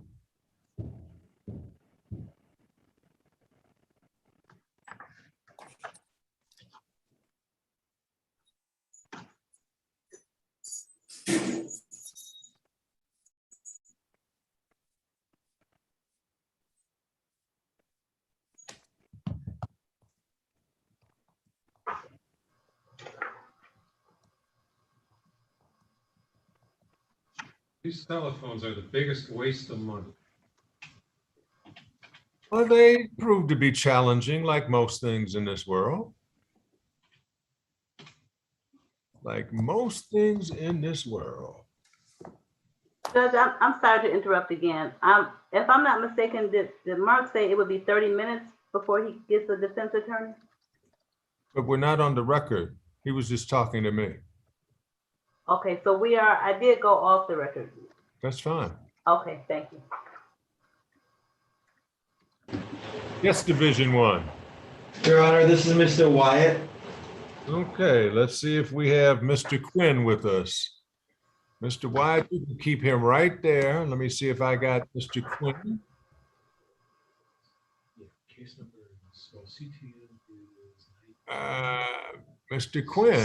Mr. Quinn was on a little earlier. I don't see his lawyer anywhere.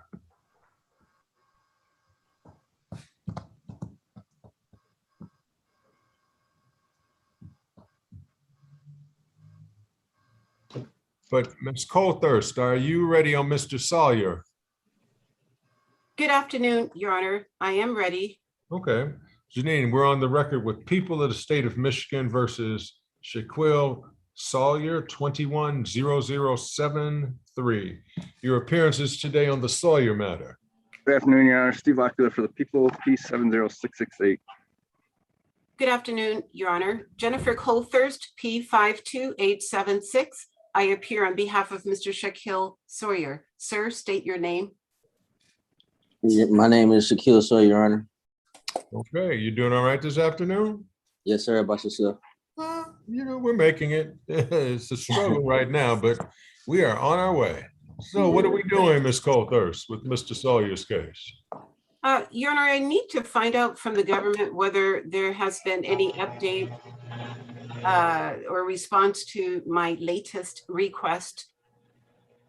No, if there hasn't been anything, we need more time to negotiate any new offer.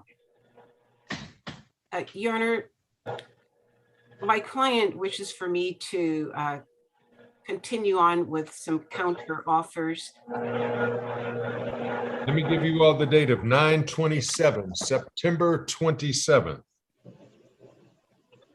At 9 o'clock on my personal docket.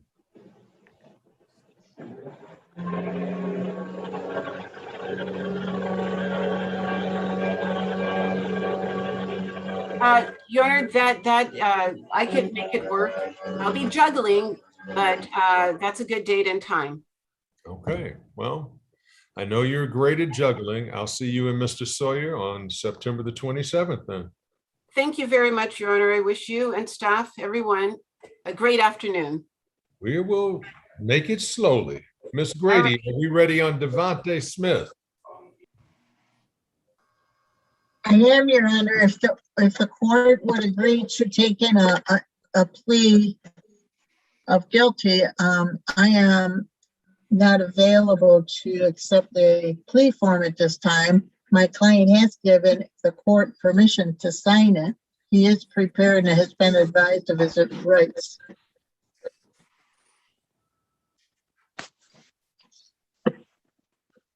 This is 213017, Devontae Smith. Your appearances for the record, please.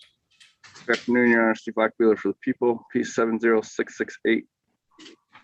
Good afternoon, Your Honor. Judith Brady on behalf of Devontae Smith, who is also on Zoom, who's not objected to having this hearing on Zoom.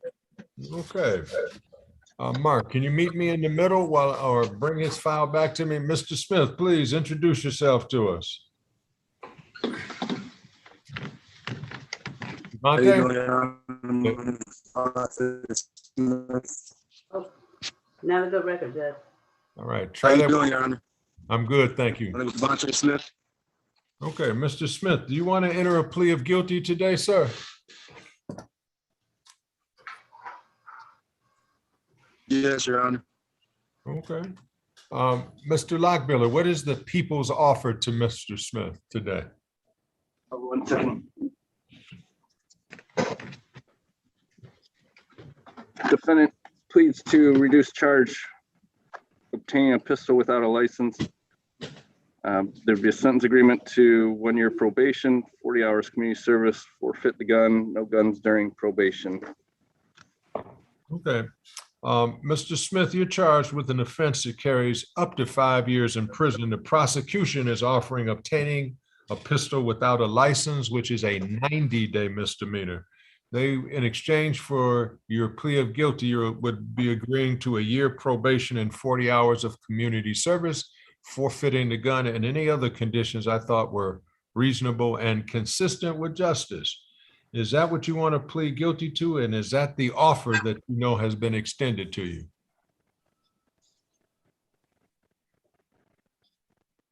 Oh, help me out now. Did you freeze up on me?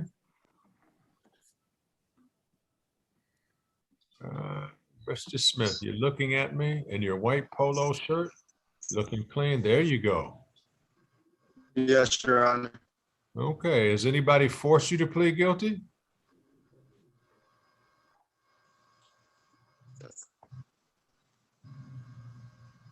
Can you hear me? Now I did, and then I lost you again. Try talking again now. Now you muted yourself. Can you hear me now? Now I can hear you a little better, but you're muted again.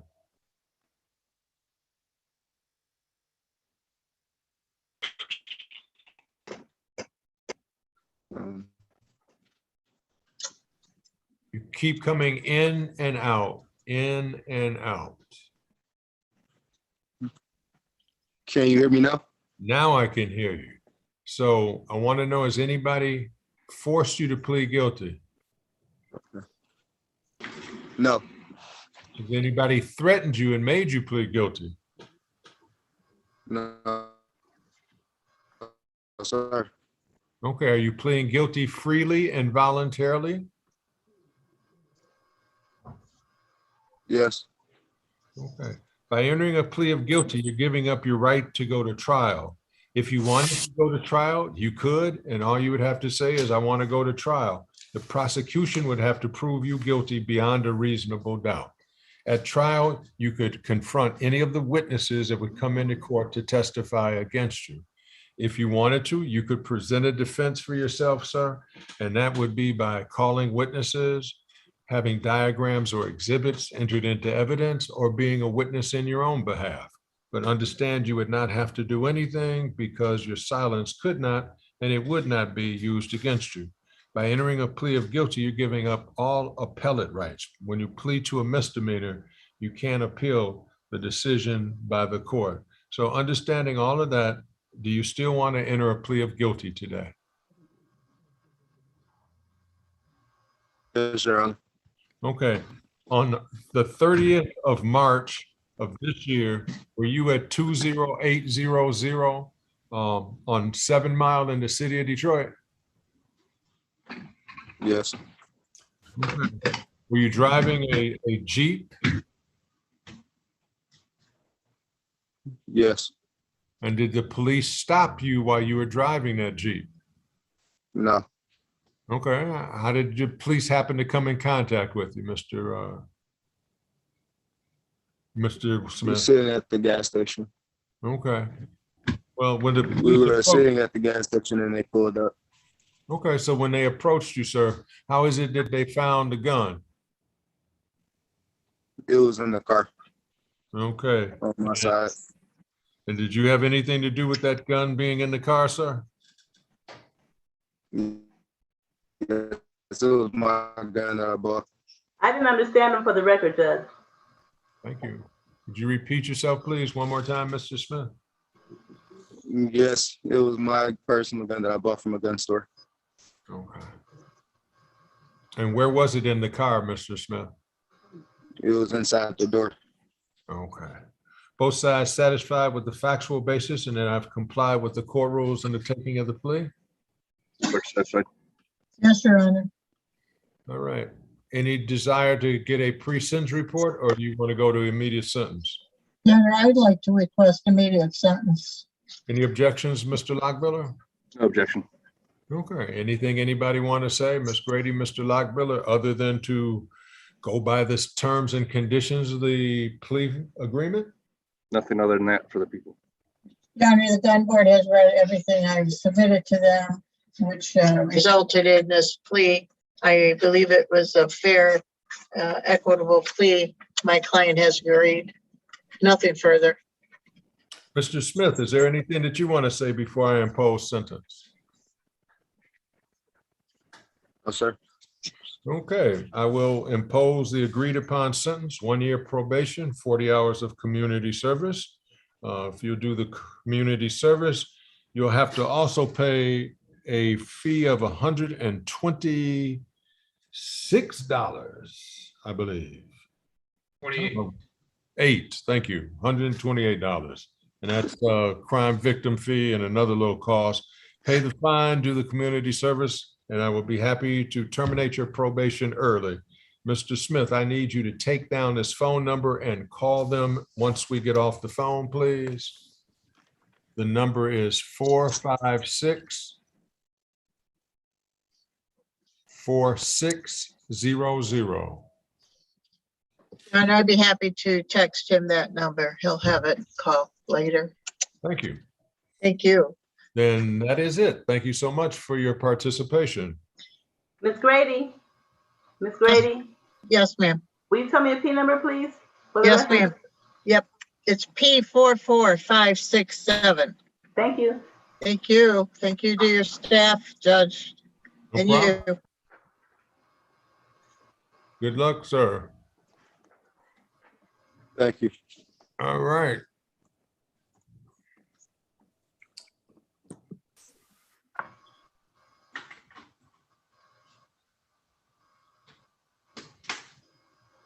Yes, Mr. Barnes, what can I do for you, sir? Did Mr. Kuzak get back in? If he was, sir, I would have called your name. And the answer to that is no, he has not gotten back in yet. You got somewhere to go? No. Neither do I. We'll just be here until he's ready. Your Honor, I just wanted to check in for my partner, David Kamaj, on Wolkowitz and Owens. And are both of them in with us today? Miss Owens actually got incarcerated yesterday on a probation violation, so she's in Calhoun County. And I don't know about Miss Wolkowitz. I think we're just setting a trial on that one. Well, let's call Miss Susie Lynn. Yes, Owens. This is case number 203288. Susie Lynn Owens, your appearances for the record. May it please the court, Mary Ann Bruder on behalf of the people, P55239. And good afternoon, Your Honor. Nicholas Darren standing in for the attorney of record, David Kamaj. Okay. So do you know what she's being violated for, being held for, sir? Yes, she violated her probation by having contact with her ex-husband. And was that recently or in the past? She was sentenced yesterday to the 45. The hearing was yesterday, and she was sentenced to 45 days in jail. Okay, obviously the contact took place beforehand. Right, but did the contact take place in the year 2020 or was it in 2021? You know, I don't know specifics on when the contact was, Your Honor. Okay, well, the best we can do is put this out, let her do her time. I can do it one of two ways, sir, and whichever is easiest for you.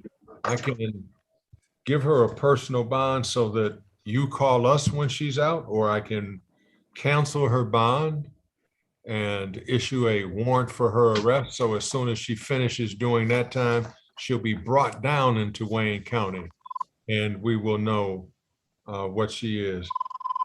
I think the easier way to do, especially because of the offense, is just to give her a personal bond. That's what I was going to go with. And you notify the court after she's done her time, and I will give you the date of October the 4th. Okay. But when she gets released, I need you to call so that we can get a reasonable time, let the prosecution know what we're doing, and to go from there. Okay. And so the court knows, it's my understanding that we do have a resolution.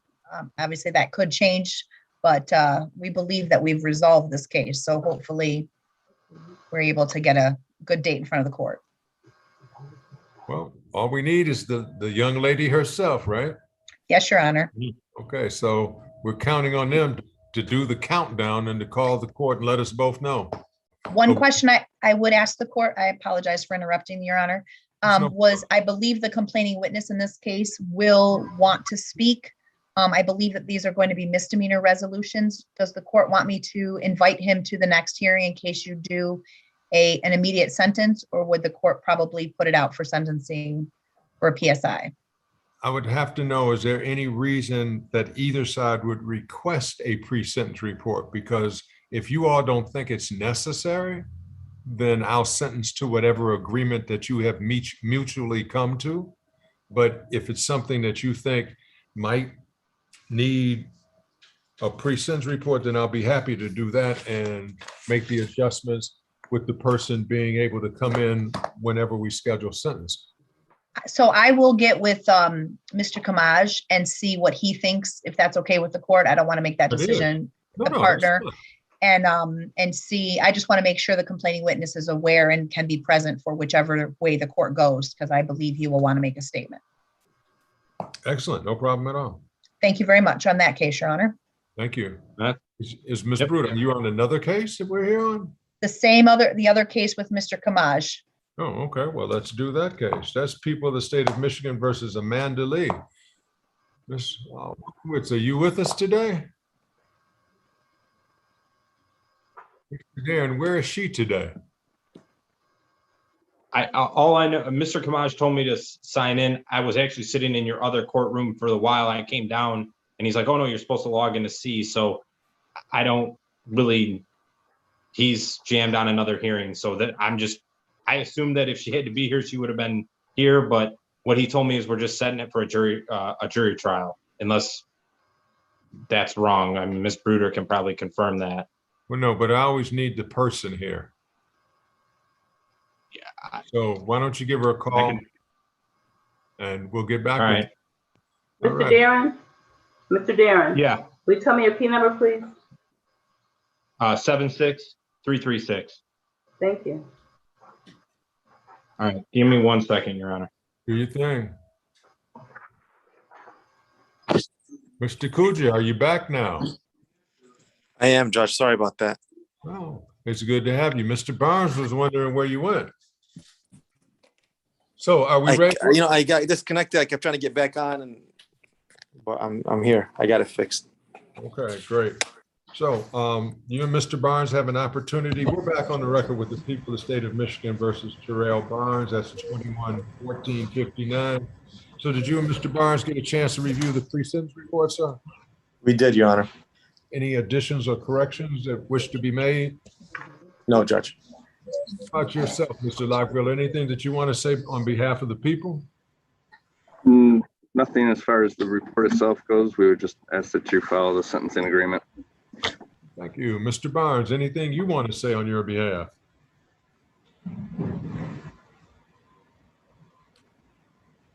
Mr. Barnes? Yeah. Would you like to say anything before I impose sentence today, sir? Judge.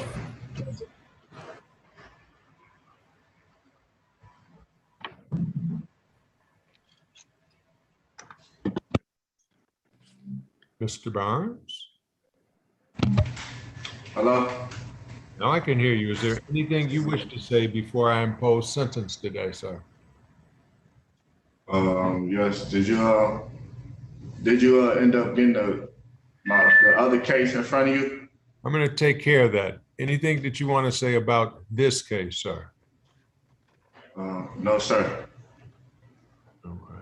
Judge, the one thing I forgot to mention about the PSI is it only has 4 days of jail credit, but he has much more than that.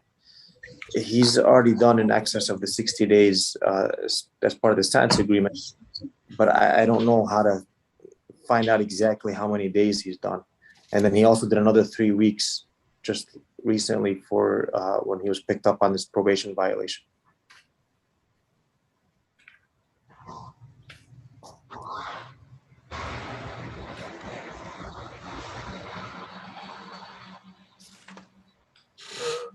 See what I have for Mr. Barnes.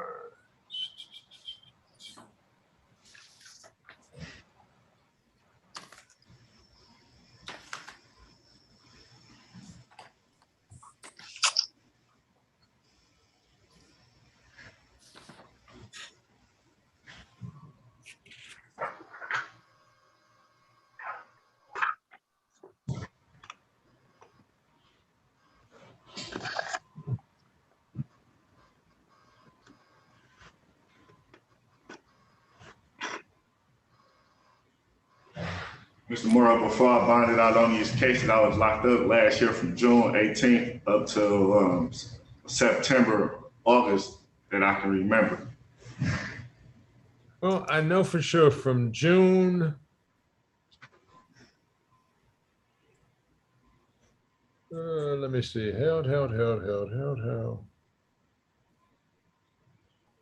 you were bound over on March. Yep, you have enough. You have more than enough days credit. I will sentence you according to the agreement, 2 years probation, first 60 days in the Wayne County Jail to be given credit for 97 days. I will order you to do 80 hours of community service, random drug and alcohol testing. And that is the sentence of the courts. You don't have an absolute right to appeal your sentence and your conviction, Mr. Barnes. If you wish to appeal, can't afford a lawyer, want to be provided to at no expense to you, fill out the forms that you'll get, return them within 21 days from today's date, at which time a lawyer will be appointed to represent you in the appellate process. Mr. Barnes, Mr. Kuja, do you have his number? I do, Your Honor. Okay. Mr. Barnes, do you have Mr. Kuja's number? No, that's what I need. Okay, well, Mr. Kuja, you have to Well, he's got, because we used to talk before he got incarcerated, but I can give it to him again if he lost it. Right, well, he needs you need to call him and give him the 456-4600 number so that he can call the probation department upon his release so that he can get hooked into the probation. Mr. Barnes, you need to do that immediately after being released from jail, sir, so that you can start this probation. Because if you don't, and you say, well, I didn't know how to get in touch with anybody and nobody gave me the number, that's not going to be a reason for a capias not being put in for you, and repercussions of that, sir. So you need to make sure you're going to do that. Does he have something in the jail right now where he can write down these numbers? Give him my number and the probation number so he has them before he's released. Yes, go ahead. I'm ready. 456 I can't understand anyone. 456 4600. And Mr. Barnes, my number is 313-215-2221. Okay, so just call me if you have any issues and I'll try to help you out. Okay. All right. Okay, good luck to you. Did you say thank you, sir? For Mr. Morrow. Yes. So what about the other probation? I'm looking into that now, sir. I'll take care of it. So would I have to go to court for that on the 18th? For right now, plan on the 18th unless you know something different. Thank Say you. that again? Thank you. Thank you, Mr. Kuchar. Thank you, sir. Ms. Woodside, are we ready on Mr. Wolf? Ms. Woodside, Mr. Wolf, I know you're ready. Yes. Oh my gosh. Are we ready on Your Mr. Honor, Wolf? my client is in Yes. the courtroom too, Wolkowitz, when we're ready. I let her in. Thank you. This is People of the State of Michigan versus Derek Matthew Wolf. This is 21-1979. Your appearances, please. Good afternoon, Your Honor. Steve Lockbeeler for the people, P70668.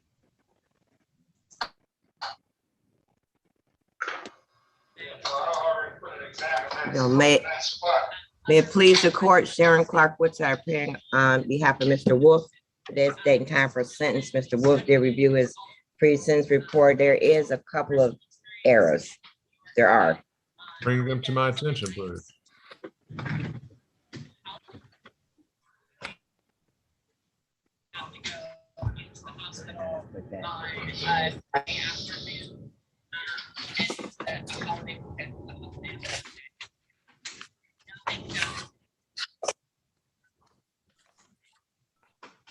Ms. Woodside? Yes. Would you bring them to my attention? Can you hear me? Yes, I can. On page 1 under evaluation and plan, Okay. the 4th paragraph, Okay. the first sentence is that's not accurate, Your Honor. As is indicated by the 3rd sentence. Okay, I will just strike that. Okay, Mr. Wolf, is that the only thing that needs to be corrected? That I noticed. As far as I've seen, yeah.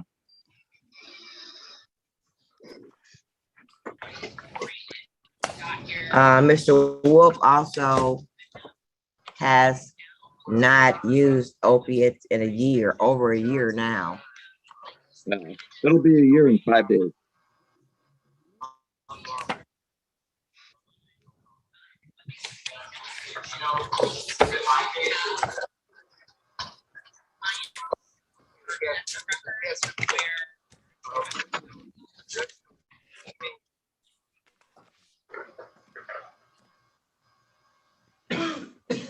Ms. Woodside, Can you hang on just 1 second, Judge? Just 1 second.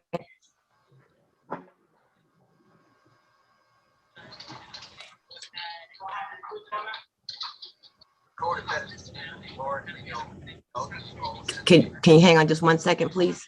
I'm waiting, man. Okay.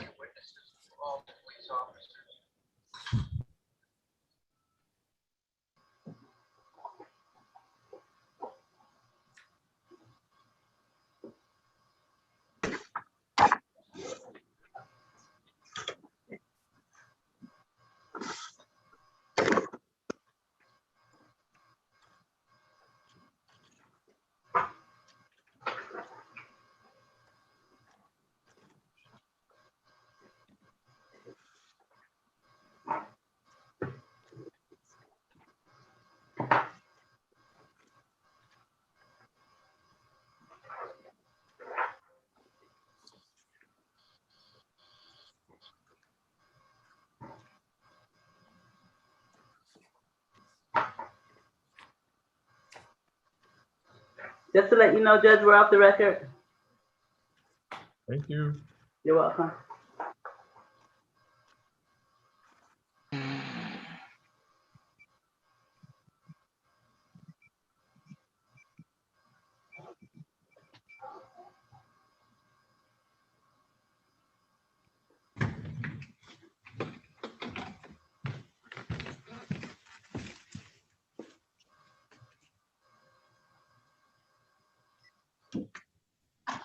Excuse me, Your Honor. Yes. Judge, I'm House Counsel. I couldn't unmute when we were handling the Matthew Robert matter, but I have all the information and we have the docket. It's on the B docket on Wednesday, the 11th, should be Judge Shalinski, his probation. So I know the court discussed appointing an attorney, but you can just assign it to NDS. We've got all the information and we'll be there for it. Mr. Kanuki, way to be on top of it. Is there any other little matter that you're here on that I don't see or should see? No, Your Honor, I was House Counselor duty for the one violator that was in here this afternoon. And then I couldn't unmute myself when you were calling it, and I was kind of trying to wave to let you know I was on it, but. My apology for not seeing the wave. No problem, Judge. We'll be there on the matter on the 11th. Thank you. Usually I'm used to seeing people doing the wave by standing up and raising both hands and then sitting down. So next time I'll try that. Yeah, you kind of confused me a little, my man. All right, you have a good day, Judge. Thank you. You do the same. Excuse me, Your Honor. Yes. How you doing? My name is Attorney Jabari Prempeh. I'm checking in for a spot assignment. Bless your soul.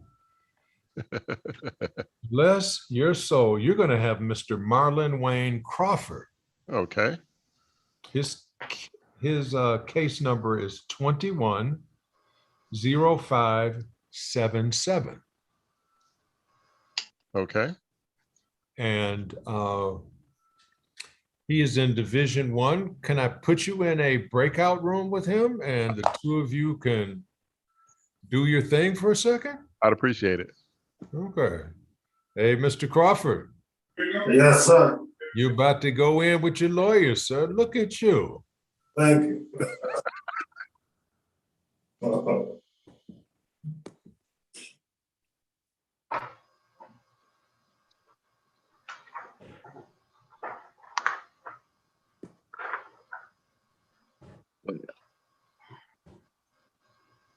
Okay, I'm back, Judge. Sorry, thank you. So nice to have you back. Okay. We're back on the record with the Wolf matter. So I had a death in the family, so I'm juggling a lot of adjournments at the moment. Well, I hope you see us as being patient and helpful. But I can't hear you now, Ms. Woodside. Yeah, I appreciate it. Okay. So was there any other corrections or things that you wanted to bring to my attention as it relates to the Wolf matter? No, Your Honor. Okay. Mr. Lockbiller, is there anything that you would like to say today, sir? Oh, nothing from the people, Your Honor. There was a plea agreement. We just asked that you follow that. Okay. What would you like to say? Agreement. What would you like to say, Mr. Wolf? Good afternoon, Your Honor. Yeah, I know you've waited a long time, but talk to me. Tell me what you'd like to say. All right. All right. Well, I would like to address the fact that this happened 3 years ago. Now, second, 1 year ago, on August 10th, almost a year ago, my brother had passed away due to an overdose, and I haven't done any illegal drugs since that day. Third, I would like to state that I have been working. Granted, it is kind of under the table for my father, but I'm building a barn for him, putting in insulation, electrical, putting up new walls, putting up lights, plugs, and etc. Also, I recently quit smoking on my own, cigarettes, that is, and I would also like to ask the court, I did 119 days in jail, 59 more than what I'm sentenced to. I was hoping maybe that would apply to my probation somehow. I don't really feel that rehab is a way to go. I don't think that's right. Mr. Wolf, the agreement is 60 days credit. 60 days Wayne County Jail. So you pretty much have already done that. I did 119 days, yeah. Correct. Okay, so Mr. Wolf, you ready to hear what I think? Yes, Your Honor, I am. This is what I think. I think it is remarkable that people can change regardless of the motivation. And I'm real sorry to hear about your brother's death, and especially because it was such an unnecessary death, and but it was necessary in the fact that it was because of that you have been clean for the last almost year. So it's interesting how what people use for motivation to help change their lives. So one of the conditions of this probationary sentence is that you're going to have to do grief counseling, because I want you to do grief counseling. I want you to be involved and have another assessment done to determine exactly what your rehab should look like, because I believe that with rehab, you will be a lot stronger than without the rehab. It will never hurt. It can only enhance your chances at being successful, and that's what I want you to be.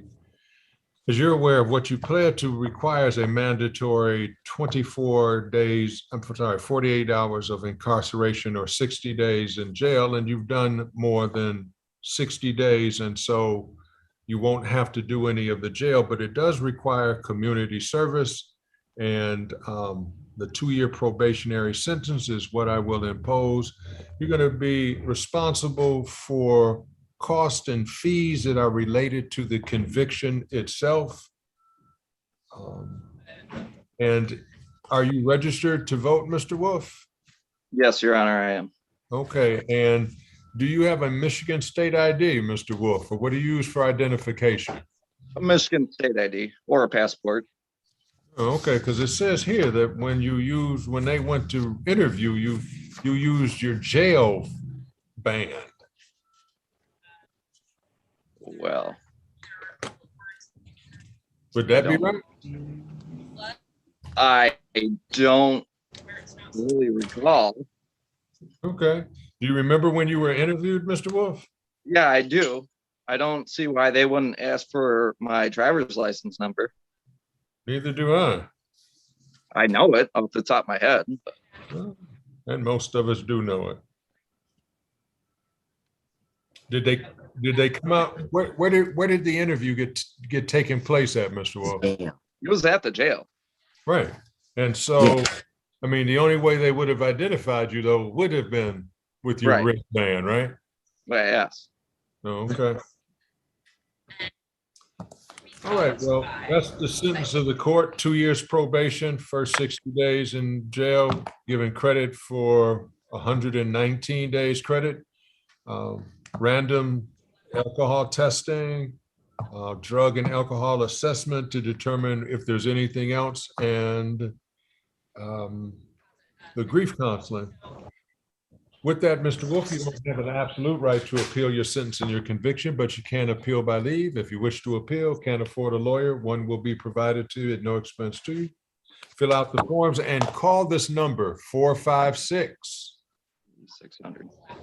There you go, 4600. All right. Well, thank you. You need to set up something. Okay, sir. Thank you much. At this point, I'm no longer on bond, correct? That is correct. Your bond is your own. Right. All right. Well, thank you, Your Honor. This is case number 20-2569. Thank you. Have a great day. Good luck. Thank you. I didn't hear you, Judge. Can you say that again, please? I will. I'll be happy to say it. This is case number 20-2569. Amanda Lee Walkowitz. Your appearances, please. I'm sorry. Can you spell her last name for me, please, Judge? Walk. W-A-L-K-I-E-W-I-C-Z.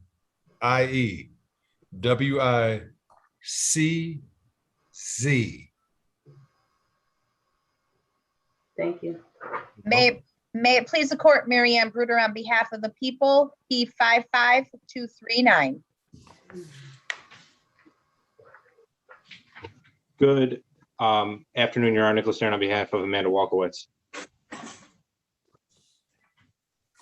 Ms. Walkowitz, are you going to say good afternoon to everybody, please? Good afternoon to everybody. Oh, very good to see you. You as well. What's been going on? Anything much? Nope, just been trying to focus on my job and my children and waiting for this to be resolved. What is trying to focus on all of those things like? Does that give you a lot of free time? No. Is that a good thing or a bad thing not to have a lot of free time? I'd say it's a little bit of both. Oh, you're hard to pin down with an answer, aren't you? I mean, there's good and bad in everything, I think. But yeah, I think it's nice being a mother and having those responsibilities, and it's part of my job as a mother to stay busy, so. Okay. I take it that all pretrial negotiations have been exhausted since we have already had come and gone past a date for a jury. Is that correct? Yeah, it's my understanding, Your Honor, that the defendant wishes to reject the people's final offer. May I place it on the record? Would you please? Yes, Your Honor. If the defendant were to plead to count 2, which is the domestic violence, a 93-day misdemeanor, the people would move to dismiss the original under count 1. The sentencing agreement would be 1 year probation. The people would have no objection if the defendant qualifies for 769-4A, and if she would enroll in complete anger management. Mr. Darren. Your Honor, my understanding from speaking with Mr. Kamaj is that we are rejecting that offer and asking to go forward with trial. You don't mind if I ask your client what she would like to do you? Go ahead, Judge. If you don't mind. No, go ahead. Okay. You've heard the offer. Is that correct, young lady? That is correct. I do not wish to accept any plea at this time, as I do truly believe I'm not guilty in this case. No, you don't have to explain anything more. I just have to make sure that the lawyer, what the lawyer says is what you say. Because sometimes they're like, no, I didn't. It's not to second guess anybody. It's not to change anybody's mind. Correct. That is not the design. I'm looking at December the 6th. Let's see, December 6th.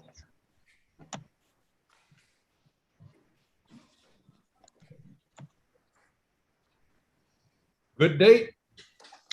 If it works for Ms. Bruder. Your Honor, I already have a tentative jury trial date in front of Judge Heisey the week of the 6th. The whole week? Let's do the 13th. That would be fine for the people, Your Honor. 12/13. That works, Your Honor. 9 o'clock? 9 o'clock. Thank you very much, Your Honor. All right. Thank you, Your Honor. All right. Pleasure. Who do we have in Division 1, young man? What is your name?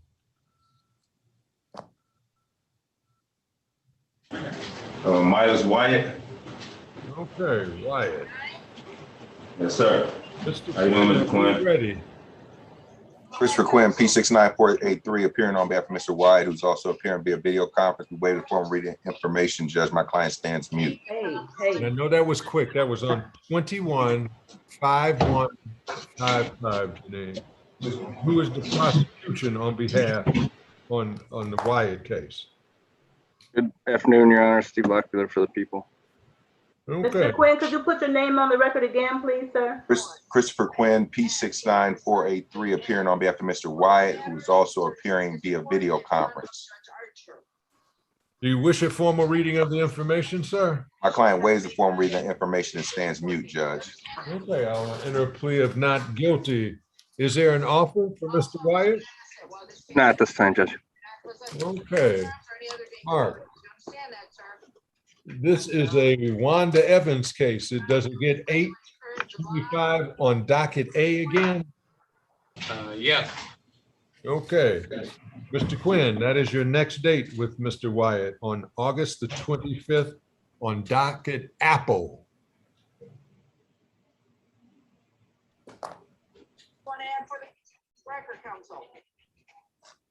Okay, Judge. And just one, I would like to address bond, Judge. What do I have to address it with, sir? Well, I would ask that the court consider the bond, modifying the bond. Okay, but what do I have to use to consider it with? I would like to present arguments on my behalf, Judge, on my client's behalf, Judge. I don't have a motion, Mr. Quinn. I don't have a bond review, the defendant screening. What do I have to use? You don't, that's true, Judge. You don't have either one of those. I would just like to present arguments on my client's behalf. Yeah, but if I don't have those to use, then what is the use in arguing if I don't know any verification of anything, Mr. Quinn? Understood, Judge. And I would ask the court to order a DSU report. I'll ask Mark to have one ready so that on 8/25, the court has in front of it something that it can use to make some determination about bond. Was there an examination that was held? Yes, the exam was held, Judge.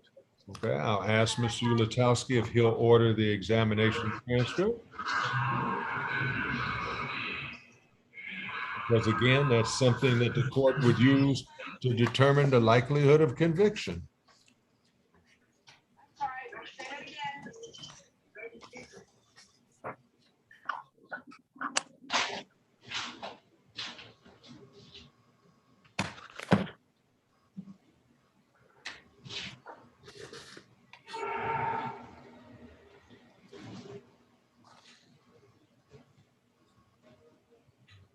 All right. Thank you, sir. Have a good day. You do the same. Are we back in with the Crawford matter? Yes, Your Honor.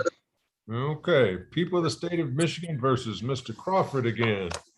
So Mr. Crawford was arraigned on the information. The offer by the people was to please. I'm sorry, Judge, I cannot hear you for the record. Thank you, Ms. Davis. I'll be happy to repeat it. Thank you. The offer by the people was plead to felon in possession and agree to a sentence of 1 to 5, and they would dismiss counts 2, 3, and the habitual. Is that correct, Mr. Lockbiller? That is correct, Your Honor. Okay. So you will be needing the information. Mr. Lockbiller's email is in the chat, I believe, or will be in the chat, so that you can get the discovery from him. Is there anything else you would need other than a next date to appear? I wanted to address his bond status as it pertains to this matter. My client was indicating that there was a personal bond that Your Honor would reinstate upon appointment, as he is serving time at Jackson right now. I'm sorry to interrupt. I don't remember this new counsel putting his name on the record or his P number. My apologies. This is Jabari Prempeh, P81745, on behalf of Mr. Marlon Wayne Crawford. Okay, Mr. Prempeh, this is what I believe would be probably in Mr. Crawford's best interest, even though he might not believe. With Mr. Crawford being in the Wayne County Jail right now, you have access to him in person if you choose. And I'm not sure how you want to see him, whether by video or in person, but he's much closer for you to discuss whatever you need in person rather than sending him back to the Department of Corrections. Because I don't know if arranging for video visits is more difficult there, but certainly you won't even know where he is for the next week and a half. Fair enough, Your Honor. Then if we could have a date within 2 weeks, and yes, I will make a personal visit to Mr. Crawford to discuss his matter. Okay. In the interim. Right, Mr. Pompey, can you be available on August the 20th, or is that too soon? On docket C.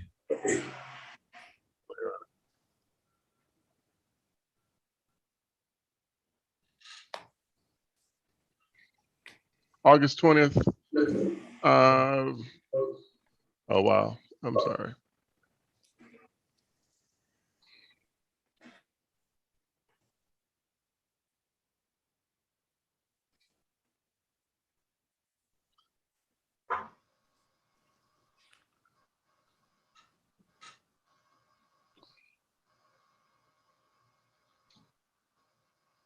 Yes, Your Honor. I'll be available. August 20th. What time? At 1 o'clock. It's on docket C. Okay.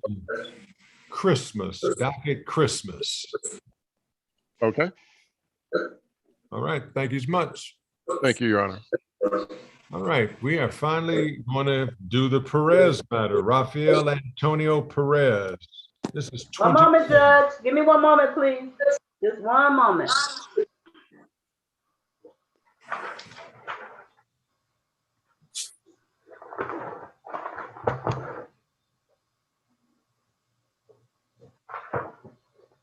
All right, thank you. 215174, Rafael Antonio Perez. Your appearances, please. Good afternoon, Your Honor. Steve Lockwood for the people. Andrew Moxie, P number 69568. And Mr. Perez, please identify yourself, please, and show us a picture. Rafael Perez. Can you give me some video, Mr. Perez? There you go. Thank you, sir. Yes. Okay. This is scheduled for an arraignment on the information. Mr. Real Moxley, bad connection for the Judge record. Way, former reading client stands mute. I enter a plea of not guilty. This needs to be blind drawn. So Mark, would you blind draw it so that Mr. Moxie knows where he and Mr. Perez are expected to be? Yeah, just give me a minute. I'm working on Mr. Crawford's order. No problem.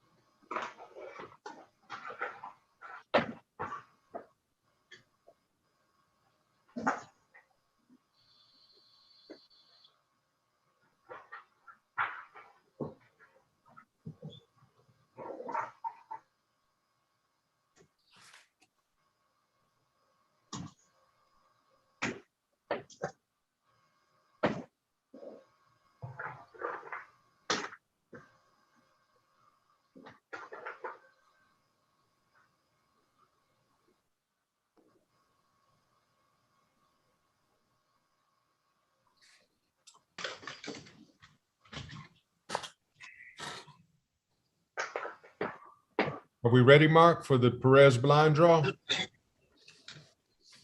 Yeah, that'll be before Judge Kevin Cox on the A docket on August the 13th.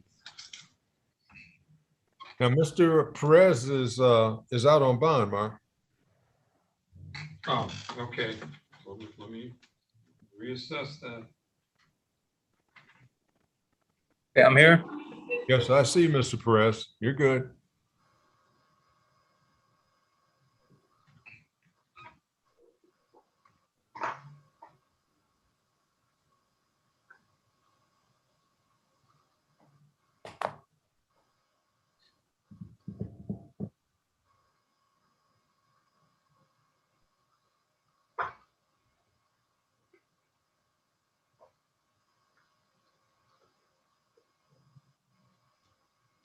Can do it Tuesday, August the 24th. 8/24, Mr. Moxie. Is that a good date for you and Mr. Perez?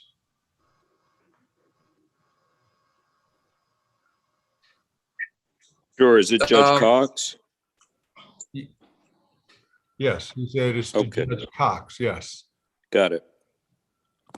What is this for? The Zoom interfered. The next date is 8/24, Mr. Perez. Call Mr. Moxie and he'll tell you what to do and how to do it, sir.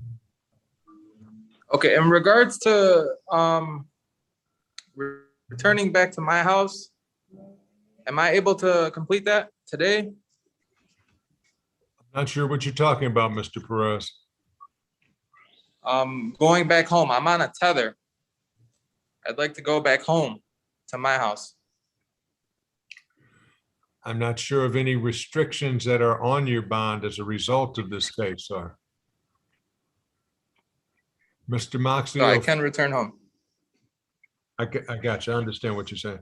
Mr. Moxley, I don't know anything that your client is referring to. Certainly, if you want to provide Judge Cox with some background or with a motion or something of that case, I'm sure he'll be amenable to listen, but right now I'm not sure what he's talking about. I don't know any of the terms and conditions of the bond. I don't know anything about the crime while the restriction was put in place. So you're kind of on your own, sir. Okay, so can you put us in a break room or? No, sir, I can't do that because there's no Just way. go back to your mother's, Raphael. Go back to your mother. Okay, thank you. Thank you both. Mr. Harris, can I get your name, please? Sorry.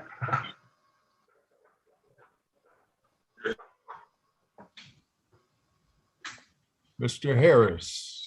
Yes, Judge. You doing all right today, sir? Oh, I'm doing wonderful. I'm not sure if my client's still with us, but unless he's in the waiting room. Okay, I haven't seen him in a waiting room. Well, he was in a. Now I've lost you, Mr. Harris. All set.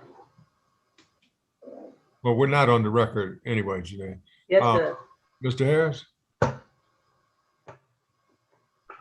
Different under a different name, but maybe his battery. I tried to call him. I've been in contact. Hold on a second. There we go.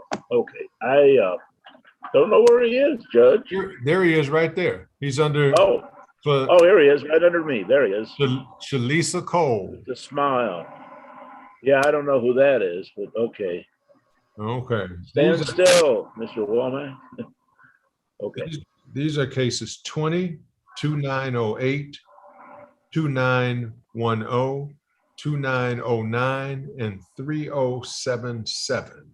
People of the state of Michigan versus Michael Darnell Womack. Your appearances, please. Good afternoon, Your Honor. Steve Lockbuehler for the people. Judge Lyle Harris and Mr. Womack and all four cases. Mr. Lockbuehler, what are we doing universally?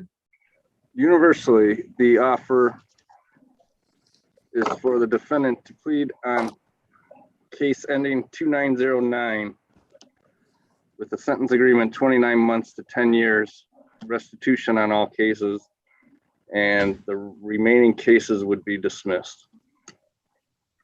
So plead on one, dismiss three? Correct.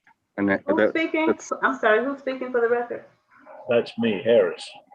Will you tell me your P number, Mr. Harris, and put your appearance on the record? 42870. And that is somewhat an updated offer. The case ending 3077 was just recently added. That wasn't part of the original offer. Wow, that one was bound over a little later than the other three. But that was still a long time ago.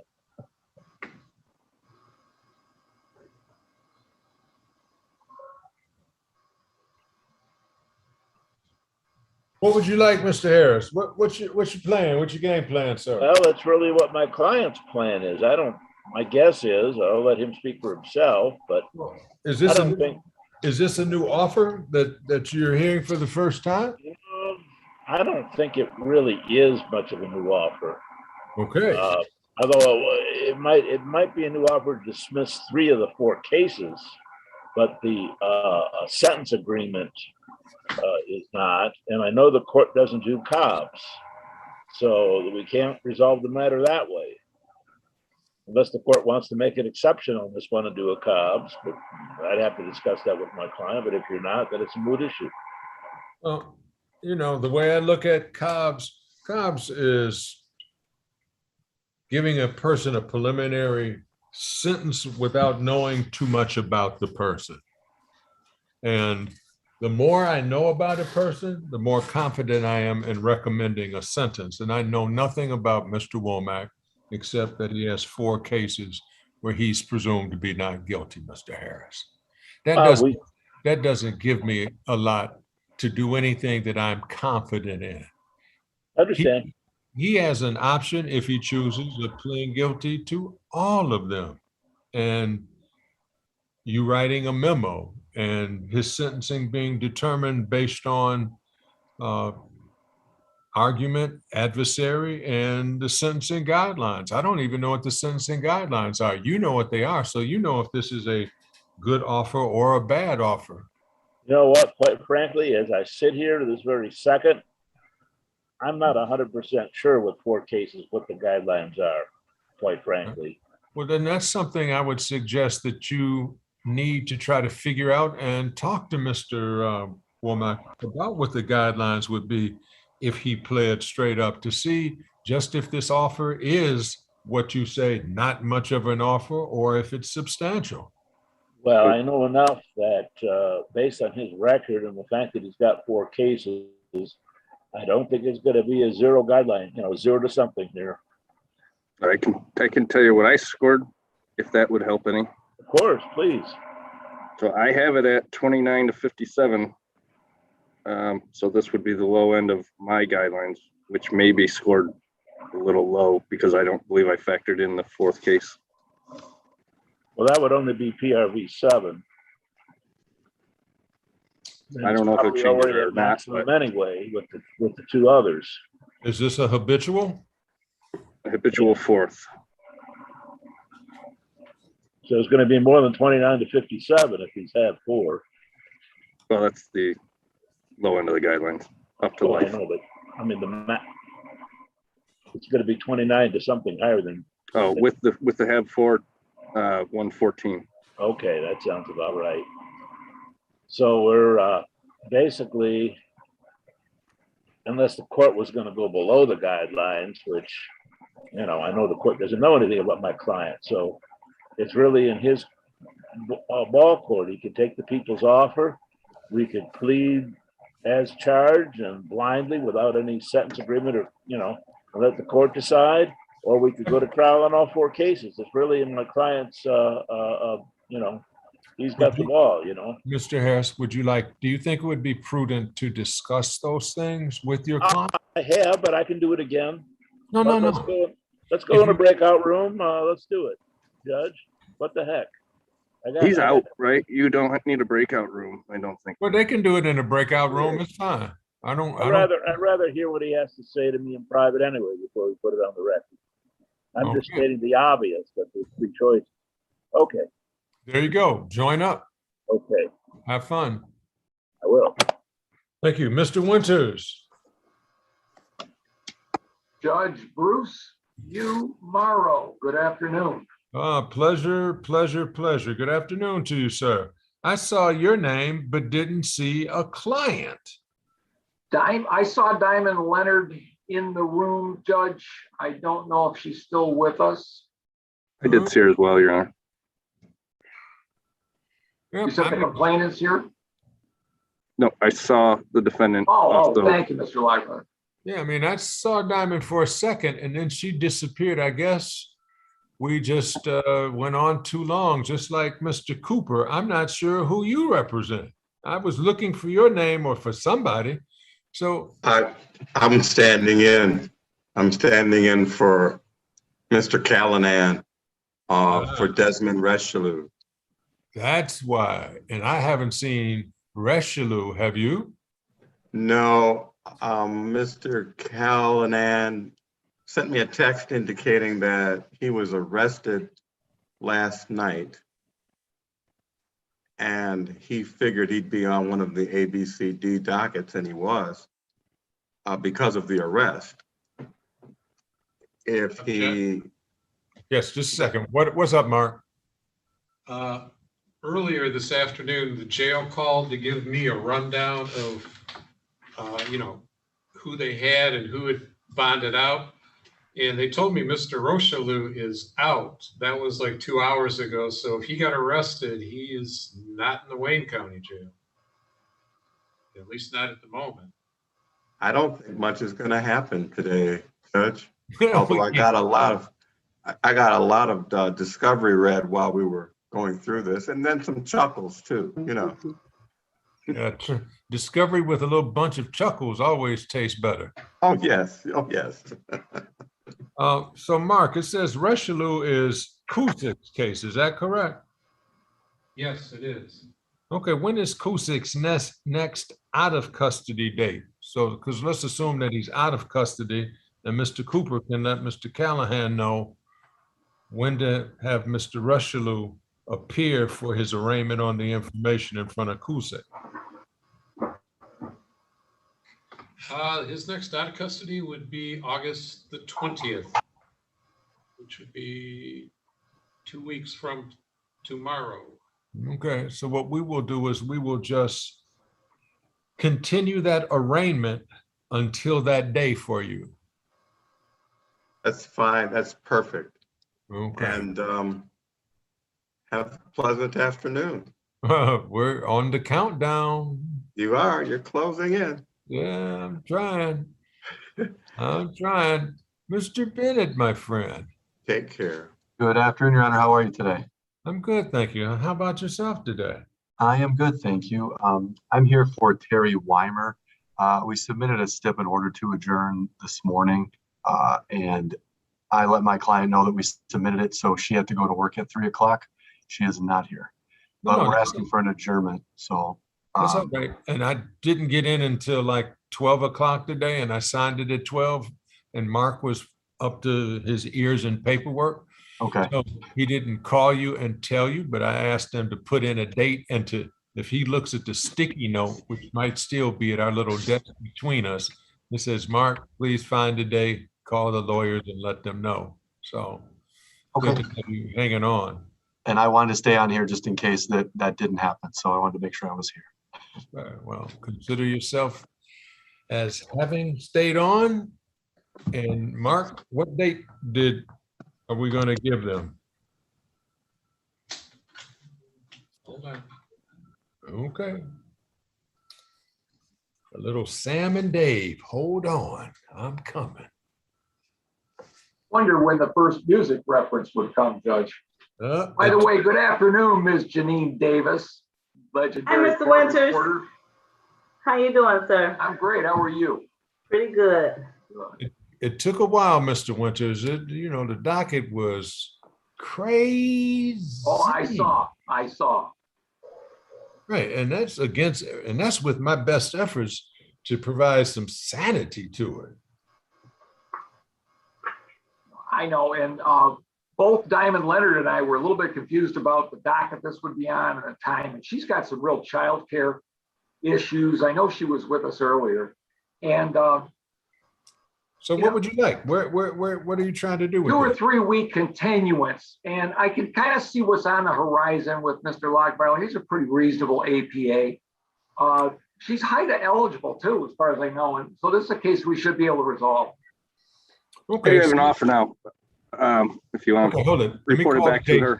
Let me call the case, put it on the record so Ms. Davis will know we're on the record. This is People of the State of Michigan versus Diamond Leonard, 21-2364. Your appearances, please. Good afternoon, Your Honor. Steve Lockbeeler for the people. William J. Winters III, Your Honor, P35975 on behalf of Diamond Leonard. Would you like us to waive Ms. Leonard's presence for today? Yes, I would, respectfully, Your Honor. Okay, no problem. It shall be done. So you were saying, Mr. Winters, I'm Your sorry. Honor, I believe that we can resolve this case short of trial. I'd simply ask for a continuance of perhaps 2 to 3 weeks or mark this in progress. And we're confident of a resolution.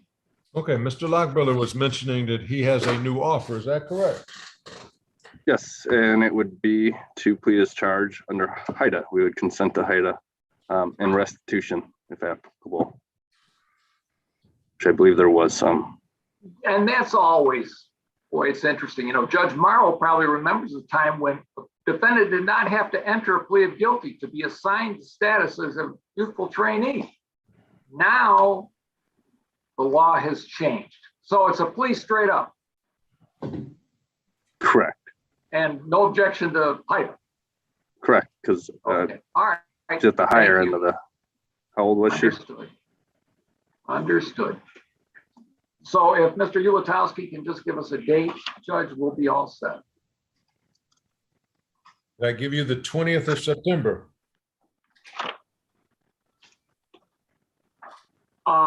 Very busy day that day.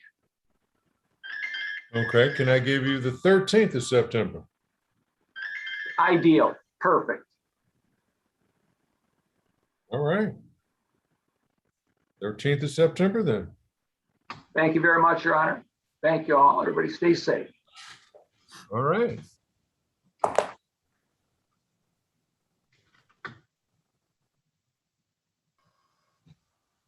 Oh, and Juan Weimer, September 20th. That works great. Thank you, Mark. See you later, Mr. Bennett. That'll be at 9 a.m. Yes, indeed.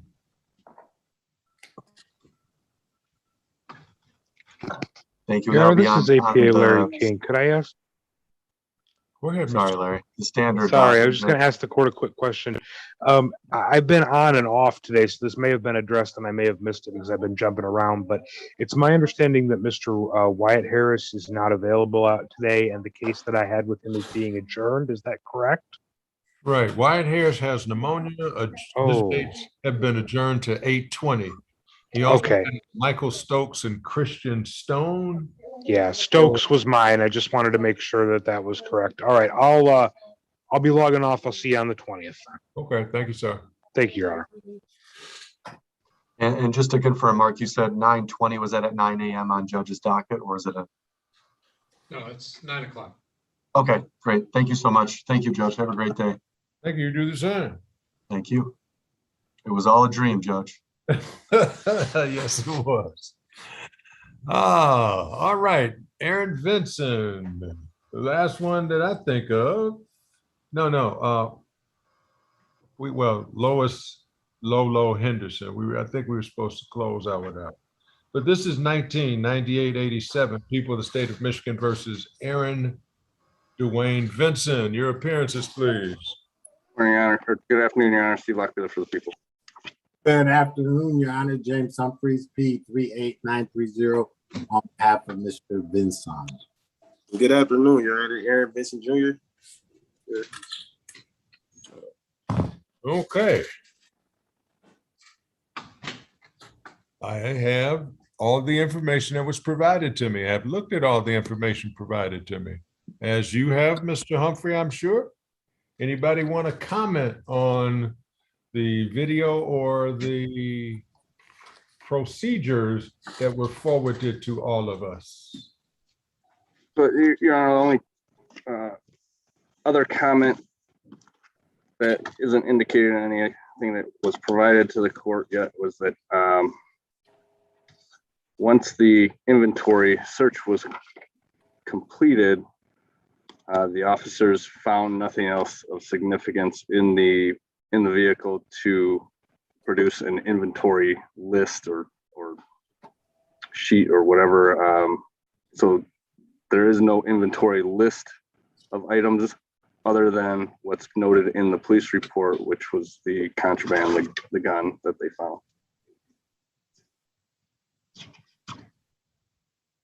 Mr. Humphrey. Your Honor, I would just again indicate that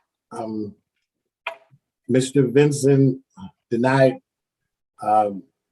the request to search the vehicle, and then the officer then indicated that they would allow the vehicle to be picked up by by his child's mother. I believe that's how he said it. And that they actually made an attempt to do that. And then while that process is ongoing, the officer asked Mr. Vincent if he wanted to have his car impounded, to which he indicated yes. The officer didn't write anything in the form of a report. He scribbled in the bottom of the incident thing that he submitted to in the report and said that there was nothing of other substance. I again reiterate that that it was just there was a precept to him wanting to search the car, and that he should have not done it because he previously had gone to the car. He looked all through it, and then he came out. Okay. Oh, that's fine, Your Honor. No, I got it. The police have options, and it's pretty much what the police want to do once they make a detention. There is no rule that states that a police officer has to, the only time that the police officer is required, in my mind, to not impound a car is when it is lawfully parked and the car has nothing to do with the arrest. In this particular case, Mr. Vincent gave the police the permission to impound the car. Their rules and regulations, as I read them, said, this is what we do when things get impounded. They go to one of two lots, and that the officers on the street, once a car is impounded, that they can make a search of the car. The officers can make a search of the car, and that the only time that a log is necessary is if something other than the contraband is found. And if contraband is found, then a log isn't necessary, that they put the contraband that was found that makes up whatever crime in their report, which they did. In my mind, a log would have been required if they found 2 iPhones and a pair of Air Jordans and a purse with $200 in it or something of value. But because there was nothing else to protect Mr. Vincent's interest or to protect the police from being accused of stealing something, no log was made, no log was required. The contraband was contained in their report. And so as it relates to the motion to suppress, I deny the motion to suppress because, like I said, just repeating myself, he gave them permission to impound and they did nothing that was inconsistent with the policies as outlined by their department. That's it. Your Honor, can I speak? You may, Mr. Vincent. I feel like, well, I was doing some reading or whatnot, and according to the United States Supreme Constitution, inventory search can't be used as an investigatory search. And I really, it seems as if I really never gave him consent to impound my car. I felt like I was forced. I was, based on what he said to me, if you watch the video or not, I was basically forced with no other option. You didn't have the option to say no? I said if you want to, go ahead. Because I did. You didn't say hell no. Yeah, I mean, but he didn't give me no. How he put it, as if he had to. It's either that or that. He didn't give me no other option. It wasn't. He said he was gonna search the car regardless. Like, he didn't give me no other options. Well, you had the option to say no, Mr. Benson. Yes, but he was still going to search the car. That's a different issue. Okay. So if I put a gun to you and said, I'm gonna shoot you, do I have permission? You gonna say yes because I'm gonna shoot you anyway? No, sir. You're gonna say, man, don't shoot me. Right. Right. Sometimes it's about knowing your rights, Mr. Benson. You don't have to give anybody permission to search your car, and you don't have to give anybody permission to impound your car. Yes.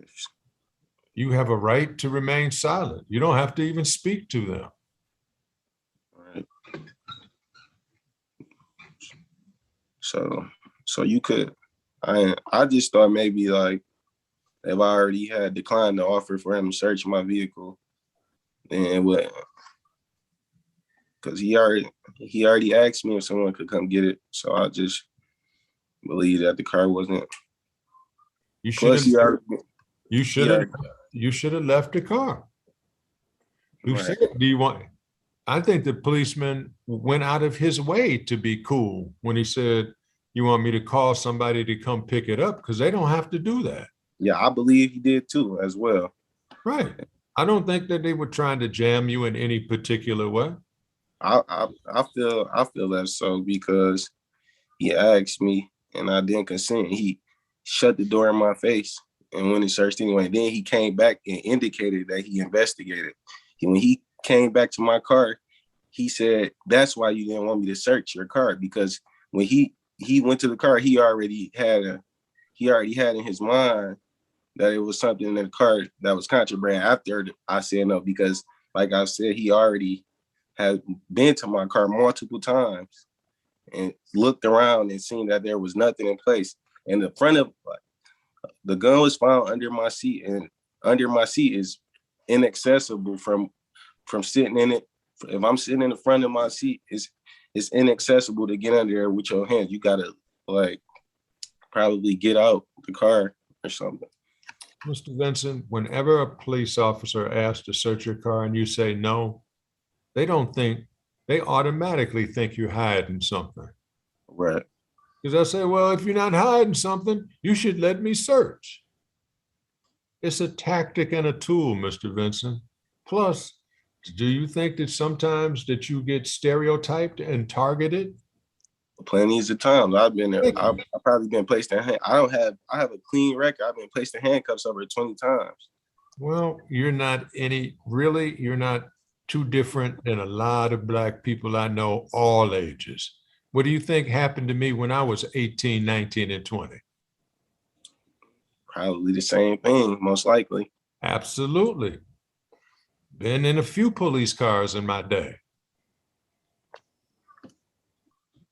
And I don't have a record. Right. Right. It's just being Black, man. And there's an expectation that sometimes that if you're Black, that you're involved in some sort of criminal activity. And they're going to look for guns and drugs, aren't they? They're not going to look for condoms. They're not going to look for popsicle sticks. They're not going to look for Jolly Ranchers. I agree. But I would never know like what could be in my inventory that's under the seat. Like what could be inventory? No. They're able to look in locked containers. Right. You could have you could have locked the glove compartment and can't nobody get in the lock. They're allowed to open a locked glove compartment for inventory search, Mr. Vincent. You can have a locked suitcase in the trunk full of drugs or cash, and they could look in there too. Right, but I feel like this was kind of a controversial case because he did ask for. I mean, I know I agreed to have the car impound, but it was only And that was, because and that's the end of the story, really, because you agreed. End of the story. right. I mean, I didn't feel like I felt like I was forced. So, And that's the whole thing. Sometimes they make you feel without saying it, but once you say it, end of the story, Mr. Vincent. End of the story. so what is the point of him even asking to search my vehicle? That shouldn't even be a Oh no, a he law. can do anything. He can say anything. You can't tell the police what to say. I know. I was saying that should be like a law. Like the police shouldn't be able to. They should just be able to search people's cars without asking them. Right. If you're asking me, do I think they should change the law? No, that there should be a reason that people have to search the car. But when you are arrested for a crime while you're in the car gets towed automatically and searched automatically. Yes, but my car was on private property as well. Mr. Vincent? It was no need for an Mr. impound. Vincent, was there any need for you to get arrested? Okay, other than I did have an outstanding bench warrant for tickets. Yeah. So if anybody is the problem, Mr. Vincent, it's me. Yes, sir. I agree. Sad. But I tried it. It's all good. Right. If you had been riding in the car instead of driving the car, they wouldn't have impounded the car or been able to search. Right. I feel like when you at the gas station and it's nothing you can do if they pull you over in the gas station. What can you do? Well, a lot of people drive to a legal spot and park the car, lock it, and get out of it. All right. Are you kidding me? They put them blinkers on real slowly, creep to a legal parking space, hop out the car and park it. And I've seen people throw the keys.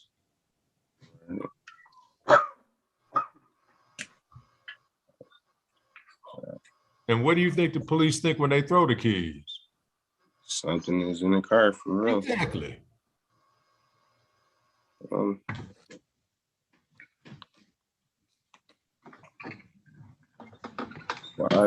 I just feel like, I mean, yeah, I had a warrant, so that was. But other than that, if I would have never had a warrant, I probably would be. Other than that, because that was his excuse for even because he like I pulled right around the gas pump. Like I was coming out I just pumped my gas. He allowed me to pump my gas and everything, and then I pulled around the gas pump and was flicked like for a traffic stop, but because he said I had a warrant, there was no reason for the stop other than a warrant. Other than a warrant. Other than a warrant. Yeah. That's like saying your pants are all clean except for that paint spot on it. Right. It can't be clean and with a paint spot.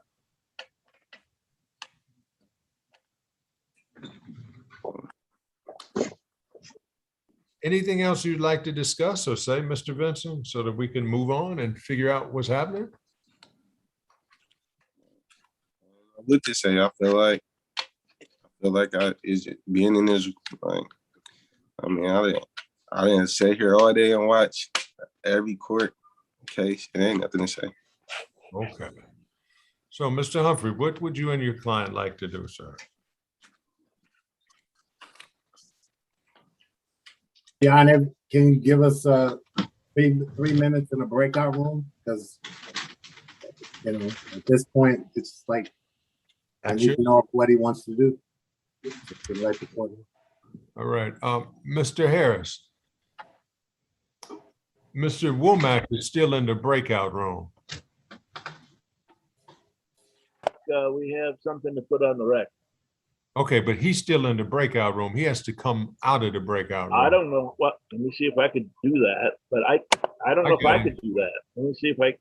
Oh. Wait, I got him. I got him. You came out. Let me, okay, Mr. Vincent, you and Mr. Humphrey are on your way. All right.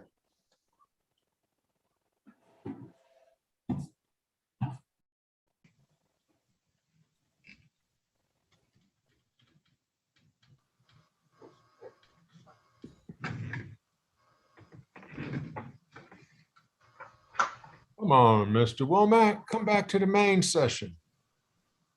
There you go.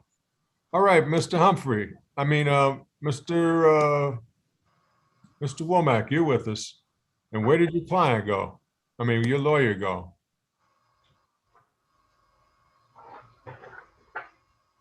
All right, Mr. Harris, Mr. Womack's back.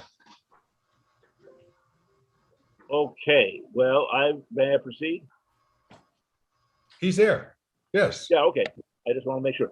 Okay, we had some time to discuss this matter, and I gave him his options. And basically, he has four: take the people's offer, plead as charged, have a jury trial, and possibly a fourth option, which is the one that he decides that he would like if he can get it, which would be to have a bench trial in front of Your Honor. And I explained that Mr. Lockweiler has to be a part of that conversation too.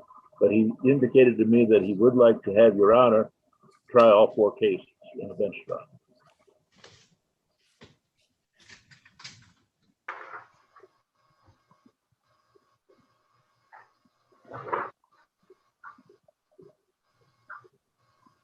Mr. Lockweiler. Mr. Harris has made a request. Where are you on the request, sir? I would have to run a bench trial by my supervisor before I can agree to it. When would you like the Womack matter to come back on our docket, sir?